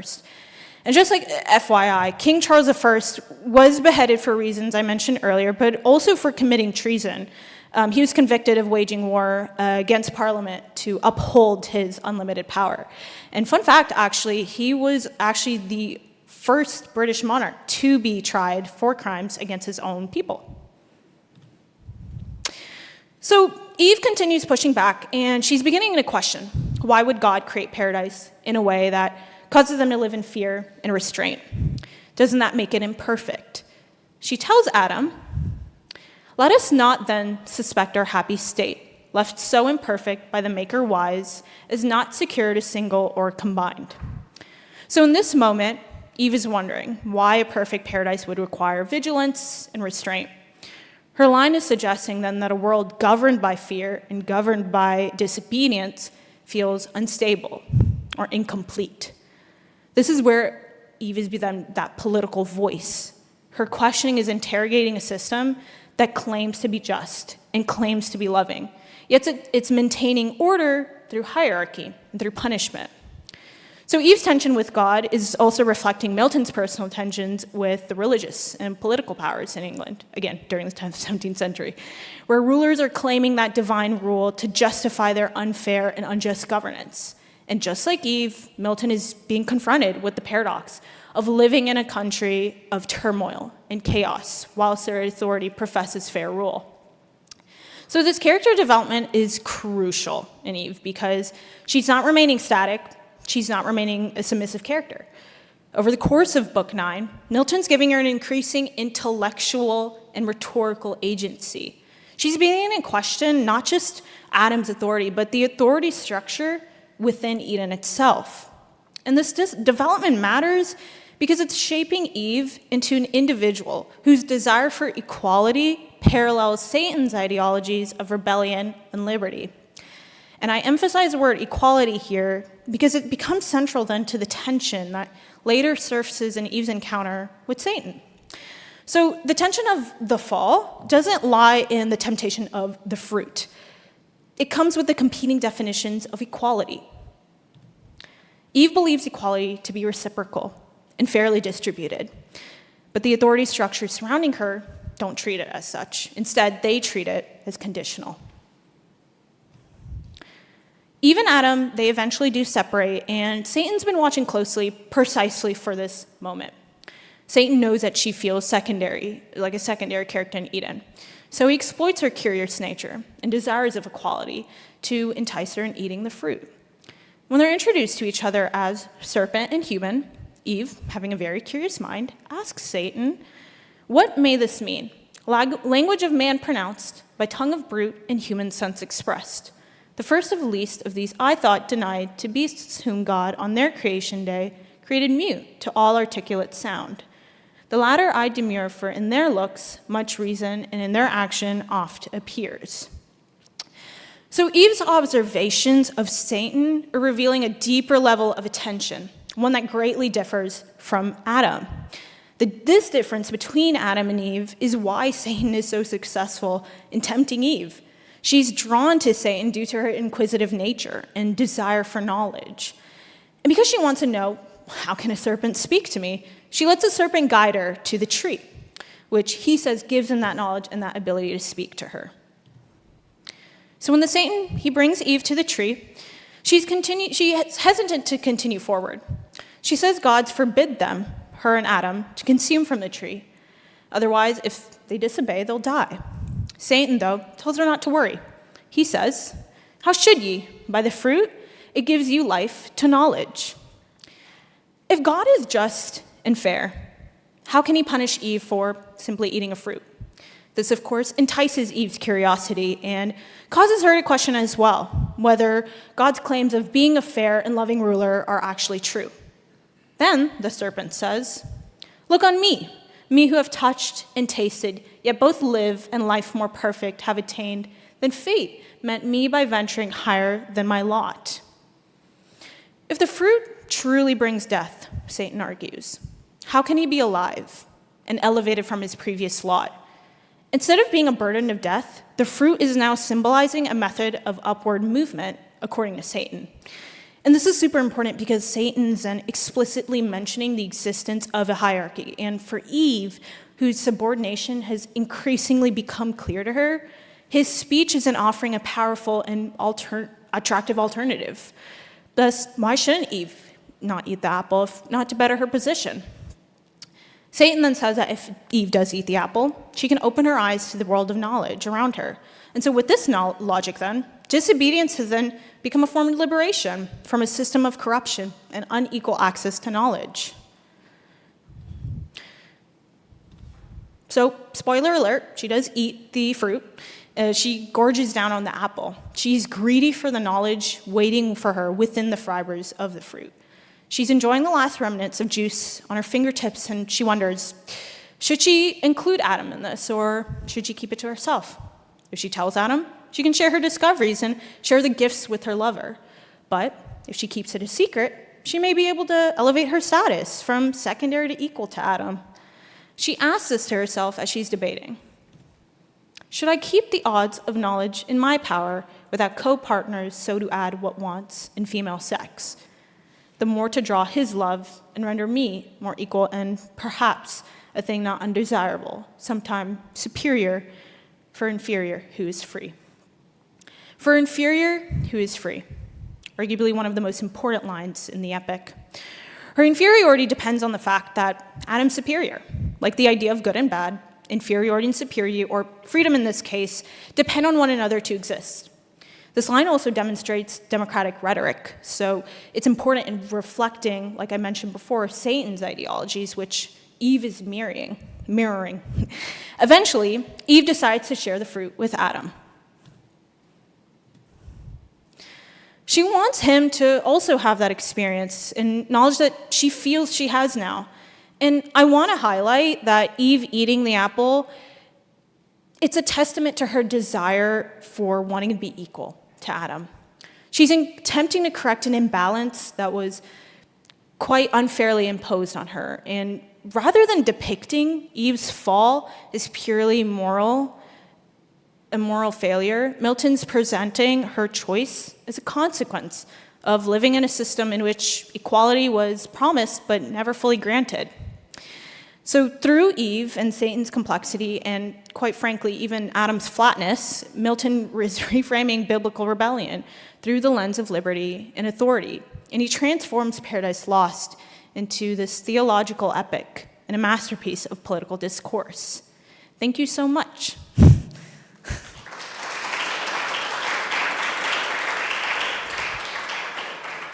Any questions? Don't be shy. You say you reference books to inform your research for book 9, and perhaps my note-taking maybe missed this, but could you state or repeat the context from your research from other books that helped you with your research for book 9? Yes. Okay, so I don't know which slide number it is, but when I reference how Adam and Eve are vastly and very obviously different characters, the one that comes to mind immediately is from book 4, and you might remember this. So they're preparing for sleep, for slumber, right? And Adam remarks that animals, which in comparison to humans are inferior, and so humans are then put on this pedestal. Animals don't require as much rest or sleep as humans do because, again, of that superior-inferior complex. And so Adam then says, we need to rest. These animals, they don't do anything. Why do they need to rest? And so that's one of the differences that I talk about more in the thesis, that Adam sees anything other than himself and God and the angels as inferior, including Eve. And so that's an important difference between them because Eve doesn't feel that way. And so that's why Satan can manipulate her, because she wants to regain some form of power, something that she doesn't have but recognizes the figures around her do. Thank you.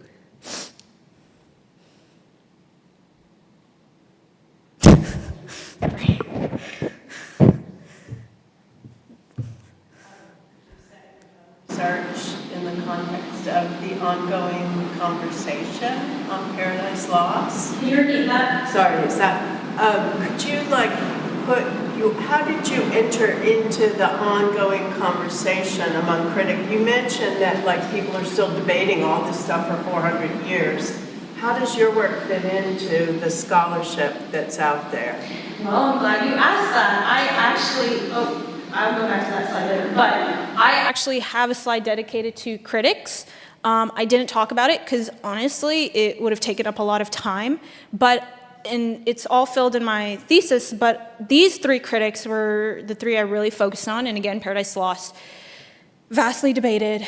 A lot of people, this was written in the 17th century. You can imagine from then on, there are millions of I don't know, millions, maybe that's an exaggeration, but there are people out there that are talking about it. And so these three, I really felt resonated with my own argument, especially with Kenneth Gross. He's describing Satan as that modern hero, again, talking about that humanization of Satan and how, because of his relatability, he's also, again, another reason why he can manipulate Eve, because they see each other on more of an equal wave than Adam and Eve do, or God and Eve, or Angel Raphael and Eve. So, and also the class I took with you, that really inspired me, and I think it's really, any form of literature is relevant to modern times, but I think that this really, it's hard to put in words, but yes, these three critics really pushed me to think even deeper about Milton and Paradise Lost and what he's trying to say. And of course, I don't have an answer to what he's trying to say. He's dead, but, it's an idea. Any more questions?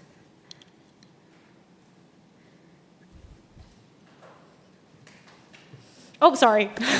Sorry.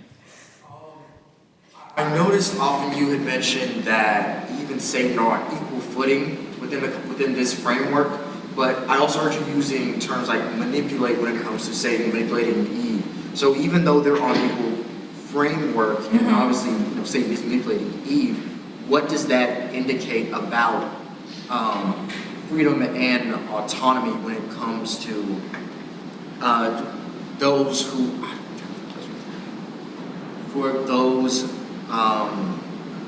deemed inferior in a system? So what is there a line of logic, like a conversation we had in that aspect? That's a good question, thank you. So when I say that Eve and Satan are on equal footing, I'm trying to say that Eve, a subordinate character, and like I mentioned earlier, Satan also felt that way. Even though he was technically an angel high in heaven, he fell off, and he also felt that he was a subordinate character within God's realm, within the heavens. And so what I say when they're on equal footing, they both had this tension within themselves that I know that there are other people within this world that reside higher than me on this hierarchy. What can I do to elevate my status? And so then when I then say that Satan manipulates Eve, he's able to manipulate her because she resides on a level that was imposed on her and wasn't fairly given to her, versus he caused something to cause him to fall off. Does that make sense? Did I answer the question? Okay. Thank you.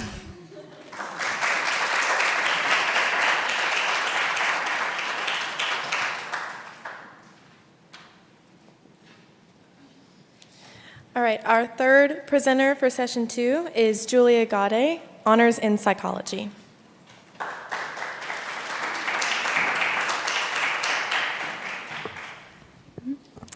Hello, everyone. My name is Julia Gaudet, and my honors project is on college students' well-being and their religiosity and spirituality.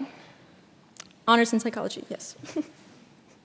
So why study it? I noticed that there is a bit of a lack of research in combining both college students' well-being and their religiosity and spirituality. A lot of research is on primarily college students and religiosity and spirituality, and a lot is on college students and well-being, which is very popular.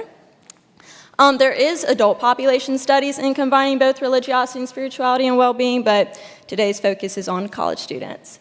So I do think this is an important area to study because college students may begin to have a different relationship with their religion or spirituality. And also, college is a time that may challenge one's well-being coming into college. So how are we defining religion for this study? So there's lots of definitions of religion or religiosity, however you want to say it, but a lot of them are geared towards one religion rather, an abundance. So inclusivity was a main goal in finding a definition for religion, that being, quote, a shared system of beliefs or principles related to a belief in and worship of supernatural powers regarded as creators, governors of the universe, by Patrick Love, 2001.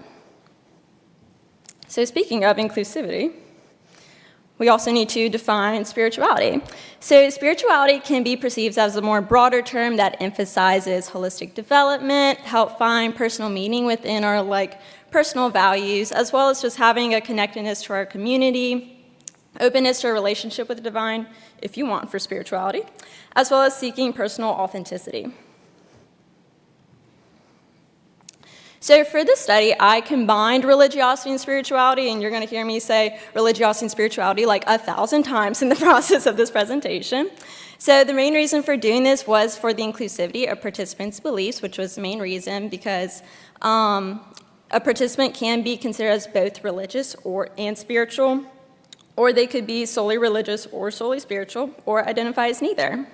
There's also some conceptual overlap between religiosity and spirituality, such as being referenced by groups, cognitive phenomena, as well as similar practices such as devotions, meditation, things like that. So how are we defining well-being? So well-being can be described as a positive state of mind that can be affected by one's social, economic, and environmental determinants. So this can include physical and behavioral health, as well as finding your life's purpose, having healthy relationships, and just overall contentment. Now, here are some facets of well-being that are particularly studied in this project, in that being stress, life satisfaction, self-esteem, and personality. These are all pretty self-explanatory, but I'm going to explain them anyways. Someone may view their life a little differently depending on the amount of stress that they may have that time, so that's why stress is considered. Life satisfaction can be described as an evaluation of one's life, which may be impacted by personal domains that we have. Self-esteem is kind of described as self-worth or self-respect to our own capabilities. And personality is included in well-being because our well-being may depend on our given personality traits that we have. So like all researchers do, there was some previous research studied into this. So some previous researchers found that religiosity and spirituality can help improve well-being. This could be just by the specific dimensions of religiosity and spirituality, that being like community, meditation, just devotional practices. It could also promote healthier lifestyles, such as diets or abstaining from substances. And religiosity and spirituality has also been found to bring a sense of peace into life's uncertainties. And so maybe the feeling of that your life is meaningful can kind of contribute to a positive sense of well-being. But just because some things are positive for one person doesn't mean that they are for another person. So some researchers have also found that religiosity and spirituality can cause a fear of abandonment from higher powers. Other people may feel negative feelings towards their religious communities if they are excluded due to rigid traditions or beliefs that are involved in religion. Someone may also just have some doubts in their religious or spiritual faith, and they feel like they're outgrowing it during this time of their life, or a variety of times of their life. And to kind of find some neutral ground, there is also some research that found little to no significant association between religiosity and spirituality and well-being. Now, kind of jumping into looking at college students and well-being. So college may be the first time in a young adult's life that they are fully responsible for their mental and physical health. The college environment may just kind of contribute to poor well-being factors such as the stress of academic success, poor sleep quality, being far from your family, and just kind of navigating social relationships. Now looking at college students and religiosity and spirituality. Again, kind of like I said earlier, it's kind of natural for young adults to begin to reassess their relationship with religiosity and spirituality. A campus culture may also impact one's religiosity and spirituality, whether that's increasing or decreasing. A college student may also just kind of decrease their participation in religious and spiritual activities on their own that may have been previously established prior to college. So just to kind of bring it to full circle, I'm sure as you can guess, the objective of this study was to analyze college students' religiosity and spirituality and their well-being. So 5 hypotheses for this study was created. First being that females will report higher levels of religiosity and spirituality than males, that lowerclassmen will have lower levels of religiosity and spirituality than upperclassmen. 3, that religiosity and spirituality would be associated with greater well-being. 4, that lowerclassmen will have lower levels of well-being than upperclassmen. And 5, that the personality traits, agreeableness, and conscientiousness will report greater levels of religiosity and spirituality. So just to kind of briefly go over the methods. The participants for this study were recruited from Intro to Psychology courses in fall 24 and spring 25. Other participants were reported through convenience sampling with a total of 89 participants, which is something I'm personally very proud of. And all these participants are between the ages of 18 to 25, which is kind of considered as the average college age. So just to kind of briefly go over some demographics, as you can see, we had more females than males, more freshmen.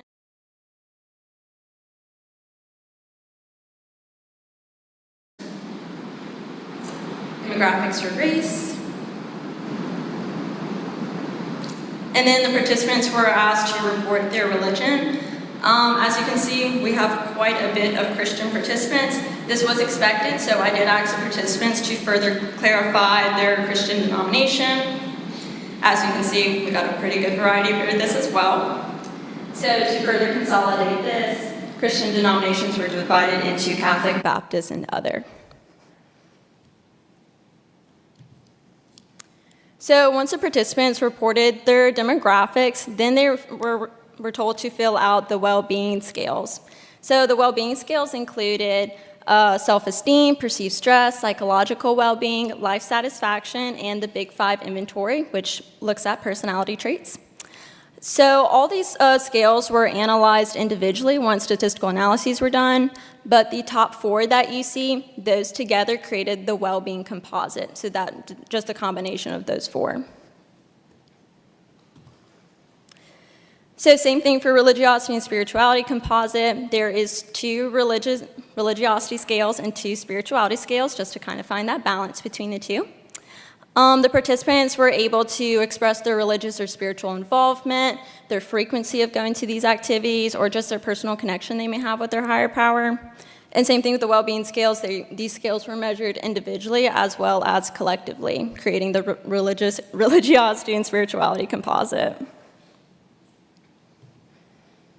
So once the data was collected, data and statistical analyses were all conducted through SPSS, this including independent t-tests, one-way ANOVA, post-hoc tests, and correlations.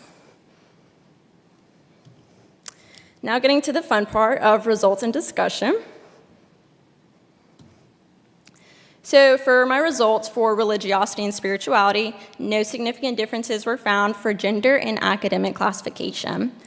So a possible reason why gender found no significant difference for religiosity and spirituality could be that these young adults are still exploring and developing their religious and spiritual identities, which is not limited to gender. So this does not support my first hypothesis. For academic classification, I kind of saw from previous research that who did something a little bit similar to this. They found that if an individual has greater intrinsic religiosity or spirituality, that is less likely to change over the course of time. So this does not support my second hypothesis. But some significant differences were found between religiosity and spirituality and race and religion.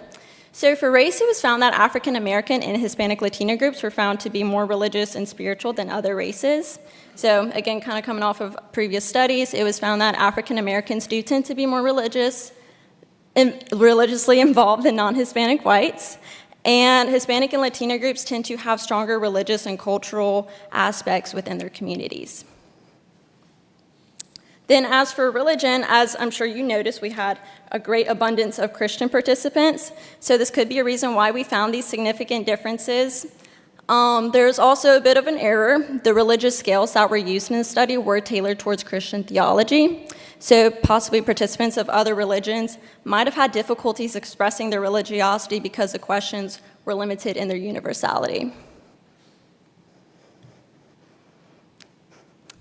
And for correlation findings for religiosity and spirituality, the daily spiritual experience scale and spiritual openness was found to be positively correlated with well-being. So this kind of implies that maybe spirituality is associated with greater well-being, which supports the third hypothesis partially. Then as for well-being results, no significant differences were found for life satisfaction, religion, and academic classification. So for life satisfaction, I was kind of thinking maybe no significant differences were found because maybe religiosity and spirituality just does not provide the means for a college student's life to be considered as satisfied. Kind of same thing for religion. Maybe college students just don't let their religiosity or spirituality's traditions and beliefs weigh heavily into their well-being positively or negatively. Then as for academic classification, I was originally predicting that freshmen and lower classmen would have lower levels of well-being than upperclassmen. However, this was not the case. So this simply may just mean that freshmen do tend to involve themselves on campus once they moved onto a college campus and ease that transition, which I do think is very easy to do on a campus like Millsaps. Then as for correlation findings for well-being, it was found that the personality traits agreeableness and openness had positive correlations with religiosity and spirituality. So originally it was expected that conscientiousness would be founded, but instead openness was. So perhaps individuals who do display openness may just be more inclusive and open to new religious or spiritual ideas. So I know that was a lot of information, so I'll kind of wrap it up real nicely right here. So first hypothesis, not supportive, finding no significant differences between gender and religiosity and spirituality. Second hypothesis, not supported, finding no significant differences between academic classification and religiosity and spirituality. Third hypothesis, I say this was partially supported because positive correlations between spirituality and well-being were found, but no significant differences as for life satisfaction. Fourth hypothesis, also not supported, finding no significant differences between academic classification and well-being. And finally, the fifth hypothesis, also partially supported, finding that agreeableness was positively correlated with religiosity and spirituality. So like all studies, there are strengths and limitations to them. So the limitations of this study is that all participants were from the same college institution, that being Millsaps. This may just kind of limit the study's findings' generalizability to other college populations. For strength of the study, the sample size of 89 participants is deemed as respectable, which is something, again, I'm proud of. And the findings do contribute to the research of college students' well-being and their religiosity and spirituality, which was the main goal. Last, I would just like to say thank you to the Millsaps College Honors Program, to Dr. Groundhouse for her constant patience and guidance for me, to Dr. DeZutter and Dr. Littlejohn, to my DevLab partners, to my family, friends, Chi sisters, and every supporter along the way. Thank you.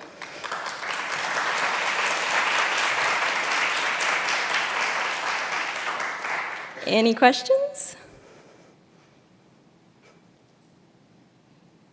Oh, sorry.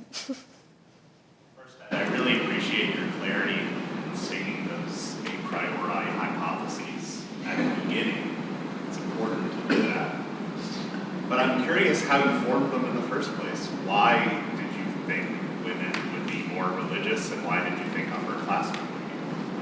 Yeah, so basically all my hypotheses were from just looking at previous research and just seeing studies that maybe looked at adult populations, or like I said earlier, some studies were doing college students in religiosity and spirituality, and I would just kind of look at those results and how they went about with their study. So that's how I came about with my hypotheses. Dr. Clement?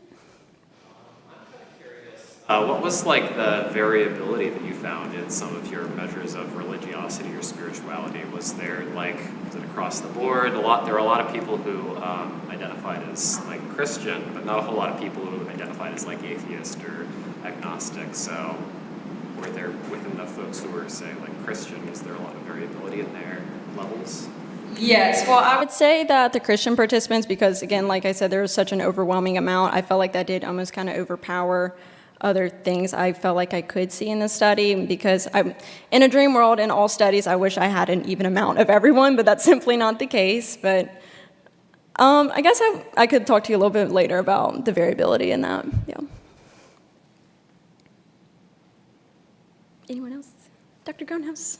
So for those of you who don't realize that she did a really nice job of consolidating everything together, but it was a lot more complicated than it looks like here. So now that it's done, and I know you're very excited about that, but if you had it to do over and we had a time machine, what would you have changed potentially from the very beginning? Definitely relooking at my religiosity scales for sure. Me being a Christian, I couldn't really see that the questions were limited for other religions, so that's definitely an error on my end. I did change the questions originally from saying God to higher power, and I kind of thought that was maybe good enough, but it possibly wasn't. So if I could have my time machine and go back, I definitely would probably try to get some outside sources and make sure that people with other religions outside of mine could relate to those questions. Does that make sense? Yeah. Anybody else? Okay.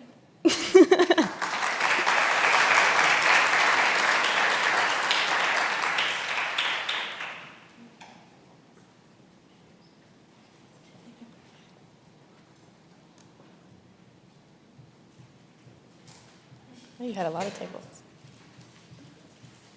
She was ready for questions, you guys. Oh, gosh. There we go.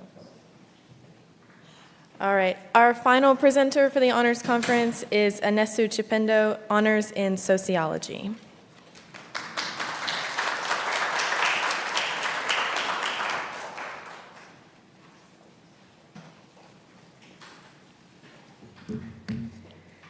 Good afternoon, everyone. My name is Anesu Chipendo, and I have the fun task of presenting last today. I'll be presenting my honors in sociology titled Lost in Transit, Segregation, Stratification, and Transportation Inequity in Jackson, Mississippi. I'm going to begin with being quiet for about 10 seconds.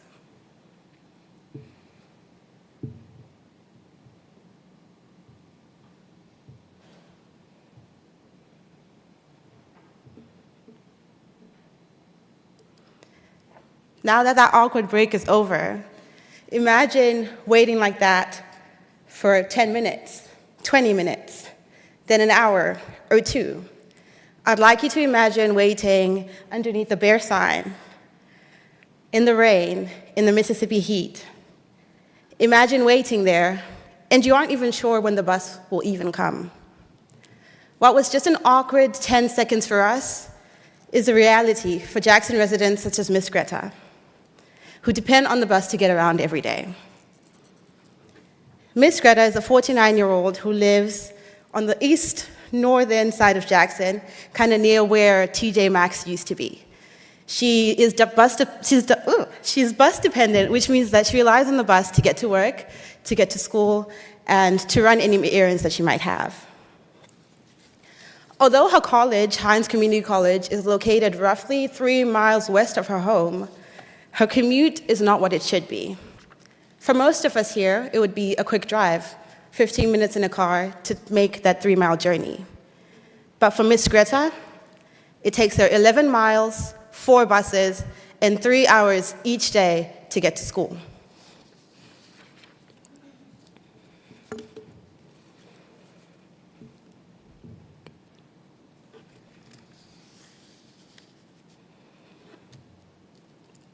I begin with this story because my research is grounded in reality, and it's grounded in human experience. It is grounded in the experience of waiting. And this experience of Miss Greta is not an isolated one.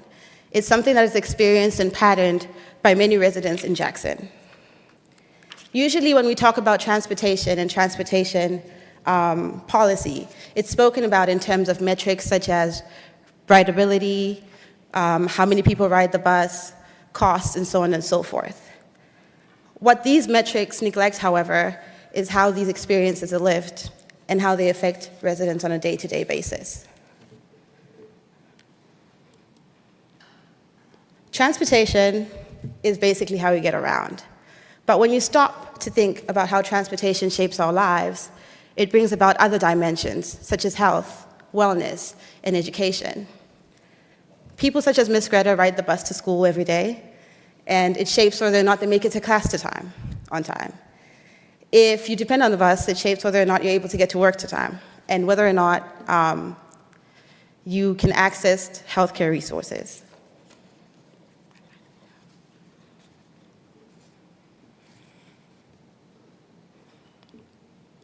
That brings us to the research question. How does transportation access, or lack thereof, shape the lived experiences and opportunities of Jackson residents who depend on public transportation. To understand this question, we don't begin with the transit system itself. We need to go back to understand the social, political, and economic context of Jackson, Mississippi as a city, which begins in the 1800s in the Jim Crow era, where de jure segregation denied access to. This begins in the 1800s, where de jure segregation in Jim Crow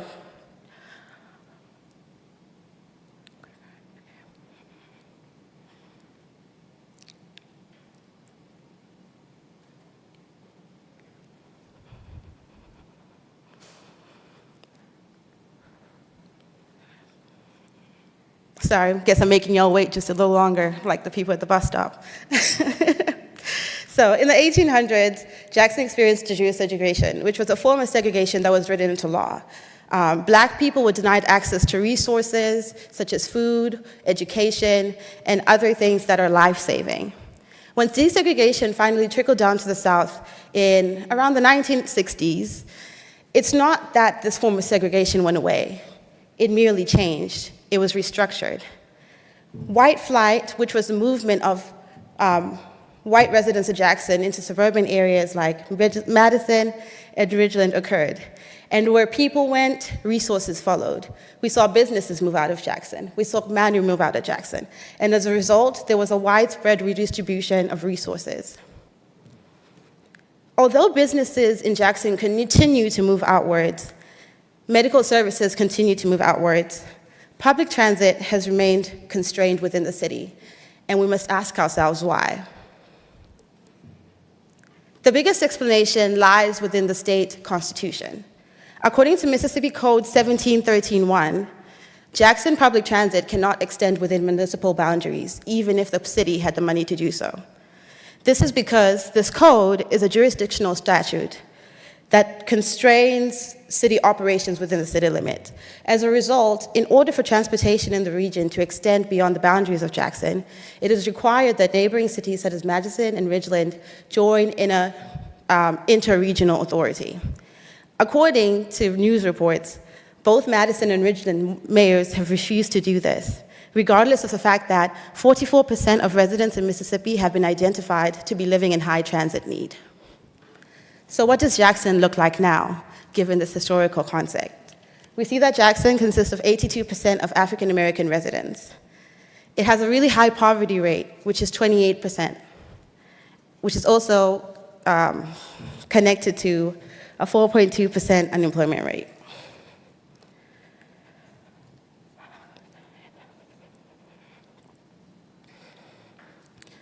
The relevance of such conditions is we need to situate transportation within its social context.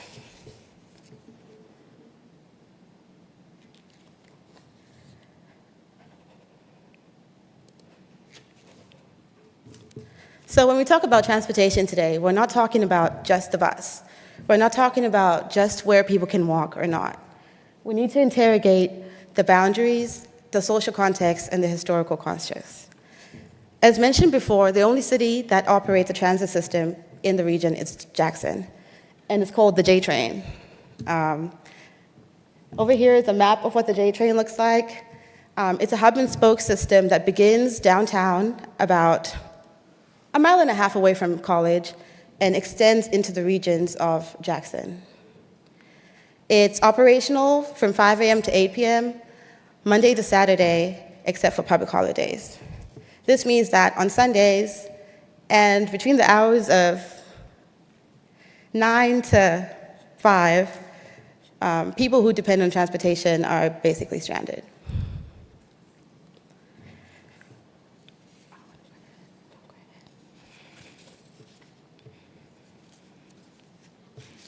Based on these conditions, I hypothesized that transportation insecurity in Jackson is not just about movement. It's about structural containment, and it's about how harm is reinforced through racialized and class-based boundaries that restricts access to opportunity, comfort, and autonomy.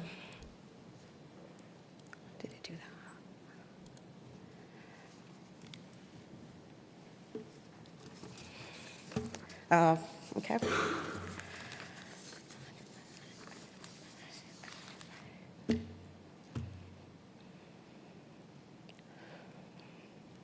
I employed a multimodal approach to this because my research was centered in story and experience.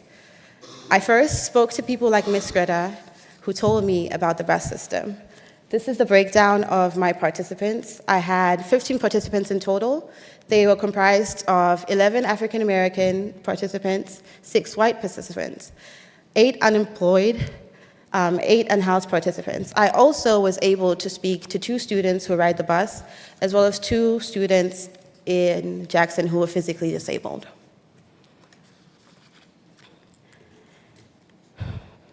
I would ask them questions such as their background, their opinions on the accessibility of the bus, things like how they get to work, how they get to school.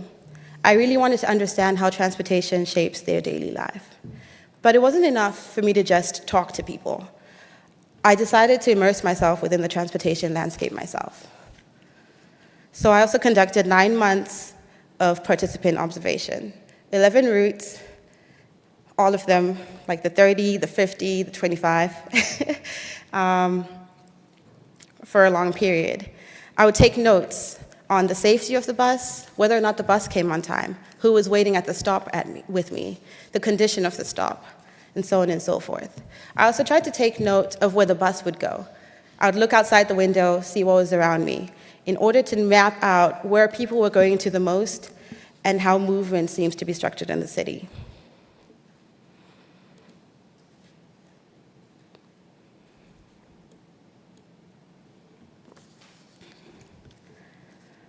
Throughout all the methods, participant observation, interviews, several patterns emerged. The most consistent related to timing and reliability, which is why I started by making you all wait.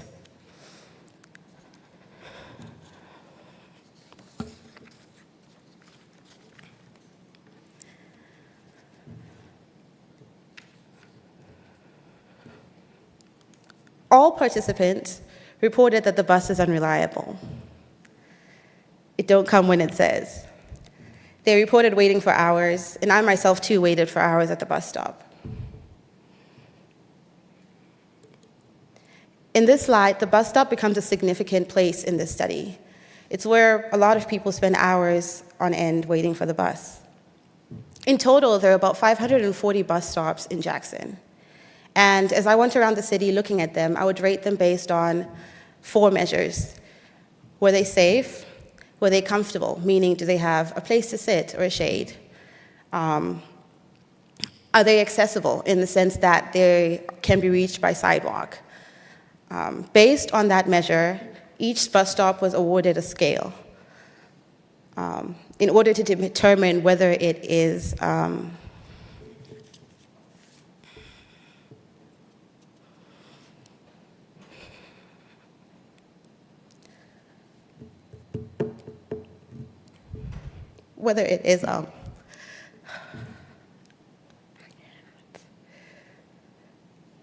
adequate or not. One thing that came about in my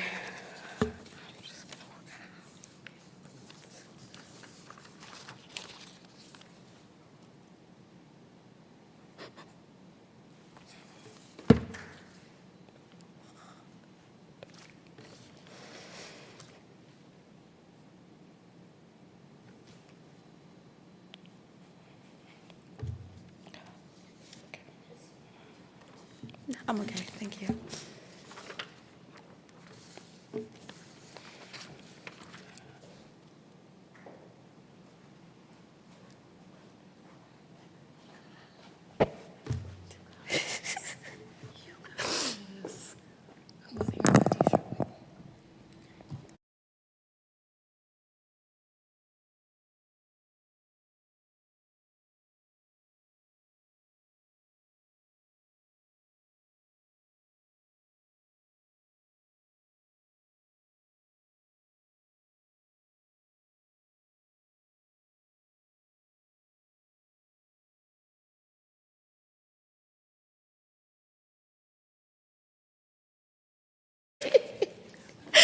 What's funny about this aspect of my research is that it's not something I had originally included in the scope of my research. So I was thinking about things like waiting, whether or not people are getting to jobs on time, whether or not people are able to access healthy food and the like. But one day I was riding the bus and I encountered a rider who was visually impaired. Usually, I would end up in situations where I have to help people figure out where they're going because most of the information for the bus is distributed online, which, for obvious reasons, is not accessible to a lot of people. This particular rider really implored me to wonder and to observe whether or not the bus and the overall landscape in Jackson is accessible.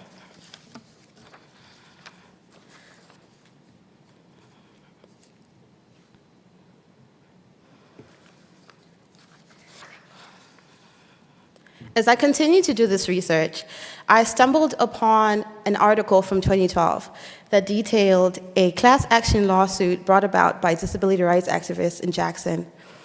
It was found that transportation in Jackson violates a number of ADA requirements.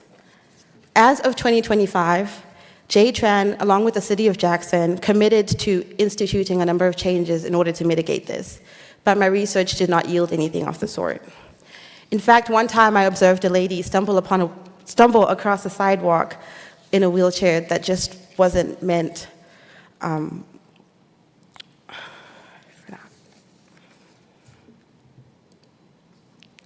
The best way to visualize my results, as complicated and all over the place as they are, as I am, is this map that I created. I forgot about that. Okay. So earlier we spoke about Miss Greta. And I think her story really frames what transit in Jackson looks like. Miss Greta lives up over here, over by the number 6. In order to get to school every day, Miss Greta rides the bus down all the way to the Union Transit Station downtown before she takes it back up again to Hines Community College. Just for framing purposes, we're here at Millsaps College.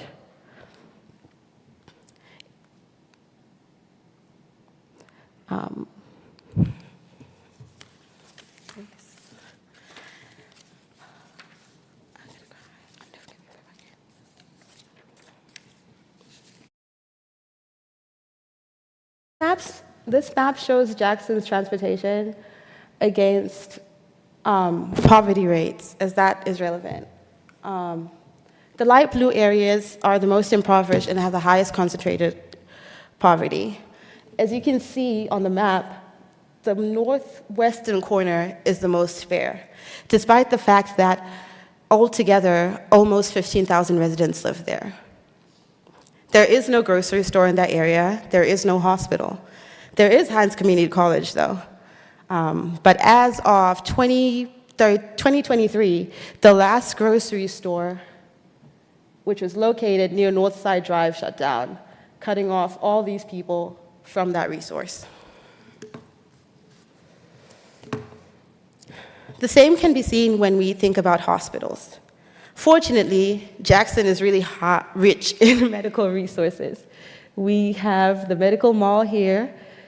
We have, I believe that is Baptist, UMMC, and so on and so forth.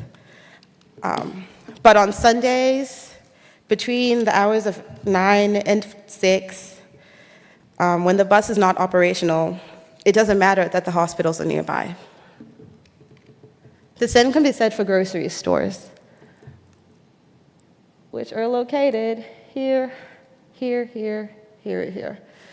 This is the Walmart that is on Highway 18, and then up there, but in Ridgeland, is another Walmart that Jackson's people frequent.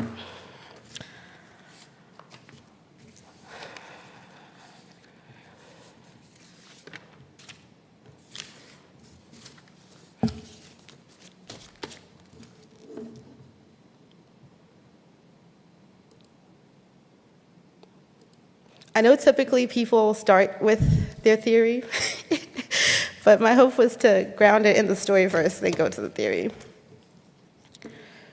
Thank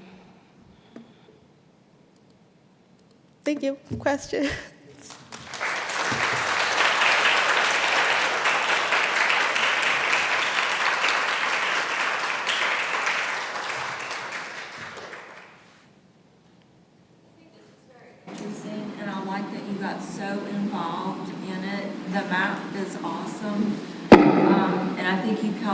not only just kind of visualized and you got information, but you also taught us too about something that we didn't know. That's super interesting.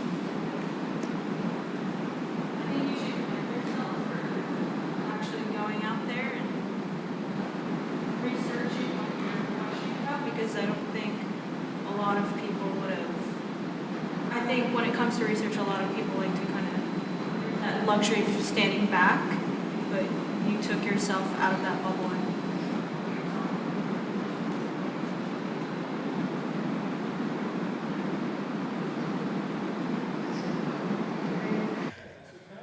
Your map that you had? Oh, yes. The northwestern and the southwestern parts of the city, because they have similar median household income, but it seems like the southwestern portion of the city has a lot more access to grocery stores and transit, and the northwestern doesn't. And I'm curious if you know why that might be or why those trends are there. I think it's likely just because the southwestern end is closer to downtown probably, but also there's a higher level of population of people that do live in the southwestern end. I think a lot of people are moving out of the northwest, which is due to the fact that a lot of businesses that are located there are also moving out.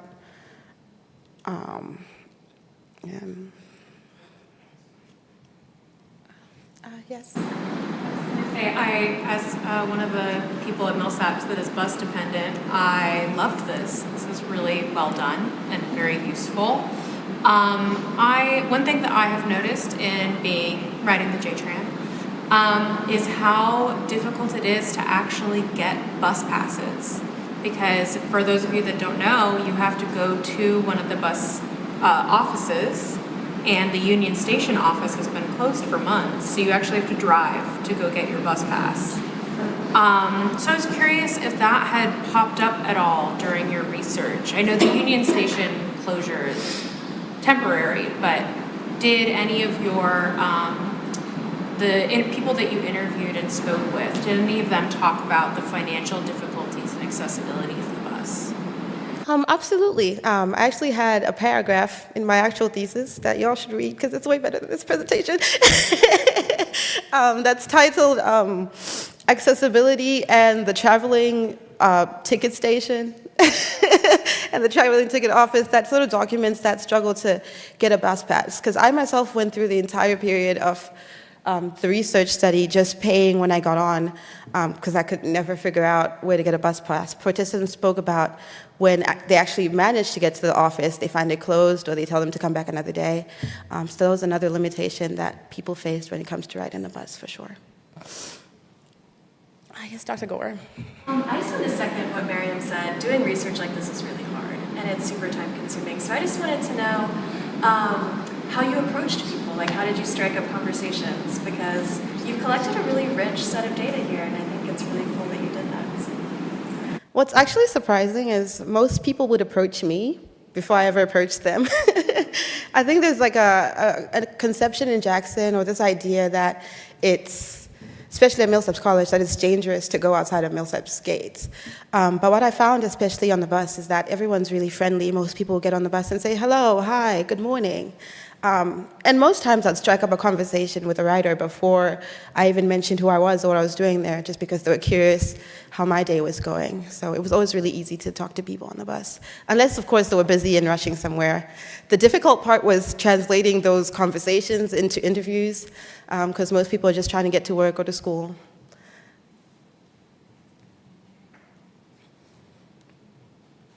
Any other questions? Yes, Professor Charlton. This research is like really distressing and like, I don't know, emotionally charged for sure. I'm wondering if you have any suggestions for like actionable items that people in the room who feel something about this could take to sort of, you know, try to help, try to like, who do we like reach out to? How do we make this better? Recently, I this was after I'd completed all the research, but at a separate community event that I attended, I was lucky enough to meet the disability rights activist who is championing all the work for accessibility in Jackson. His name is Scott Crawford. And they provided me with emails. I'll be happy to share them if y'all would like to, because I think they meet with the Transit Authority and they're actively trying to get things mitigated. And I also know that there is an initiative that J-Train is putting out right now, which is called the One Line Initiative, which essentially they seek to amend public transport infrastructure, but only particularly in this region. Like it's going to go from downtown up through Bellhaven and until Meadowbrook Road by Fondren. So that's definitely another group of people that could, but also talk to your legislators. Any other questions? So there must be like a transportation budget. Did you get a chance to see has that budget over the years increased, decreased, stayed stagnant? I wasn't able to access particulars in regards to the budget, but the one thing I did find was in relation to a $50 million grant that was given to the city of Jackson, I believe, at the end of the 2023 fiscal year, which is now being used. I can't make any causal claims or be sure about it, but I believe that's what's being used to improve sidewalks and bike trails and safety in this area. But there is sort of an idea that the city of Jackson cannot afford to, go into certain neighborhoods and put in sidewalks and so on and so forth. But I do believe they have a capacity to do something, as they have been given federal grants such as that.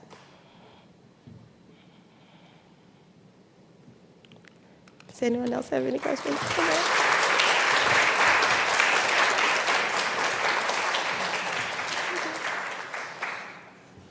All right, thank you everyone for sticking around. If you have a few minutes, we have our Phi Beta Kappa Awards that need to be presented, and my colleague Daniel Graham is going to come and do so. Oh, sorry, they need a few minutes to confer. Okay, so there's still refreshments outside. If you need any snacks or grab some really quickly, feel free to do so.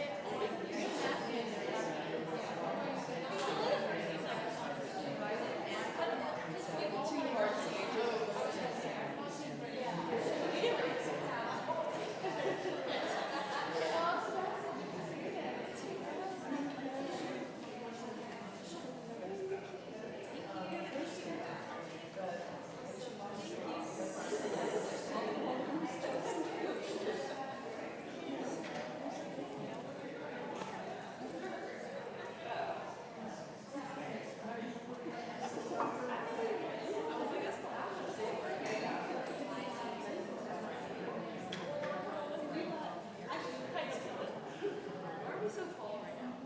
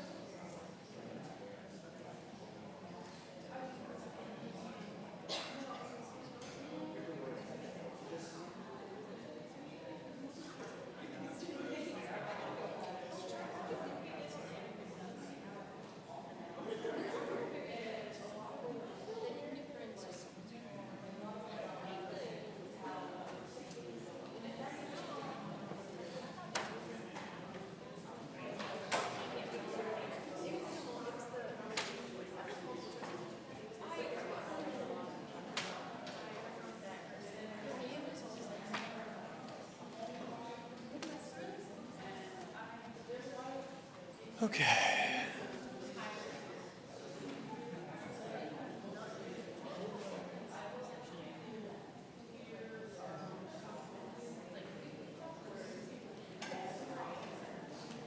Are you ready, sir?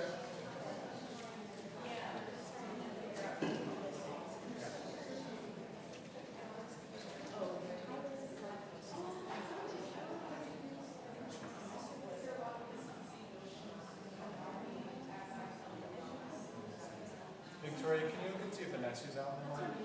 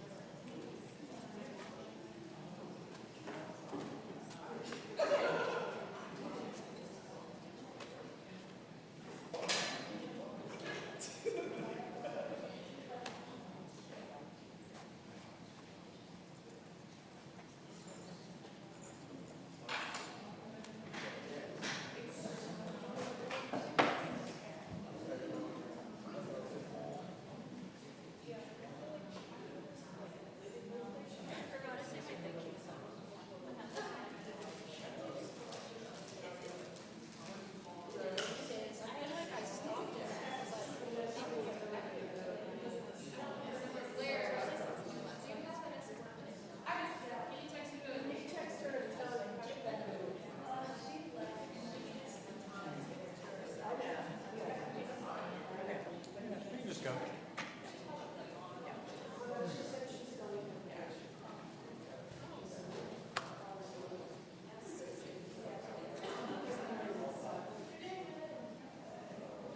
Okay. Yeah. We're going to go ahead. Okay, good afternoon, everyone. My name is Dr. Daniel Graham. I'm a part of the chemistry department, and I am the representative from Phi Beta Kappa that will be presenting our awards today. Phi Beta Kappa is the oldest academic honor society in the United States. It was founded in 1776, along with the founding of our country.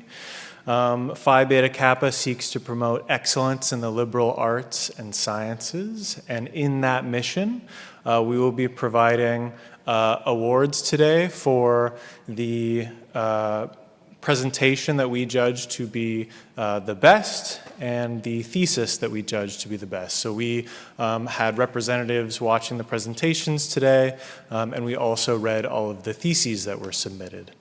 So I'm going to announce the winners, and we can clap for everybody at the end. We are going to be sending out prizes, cash prizes, and awards to the mailboxes of folks who win today, so it will be in the mail. We will have you stand up, though, if you are here. So without further ado, Phi Beta Kappa's award for the best presentation today goes to Charlie Barnes.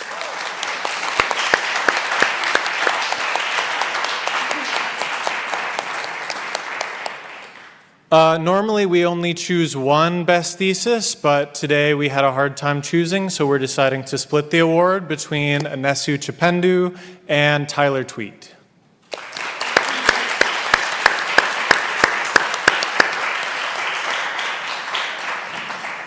Thank you to all our presenters today. There was excellent research and liberal arts presented on show for everyone, so please let's thank all of our presenters as well.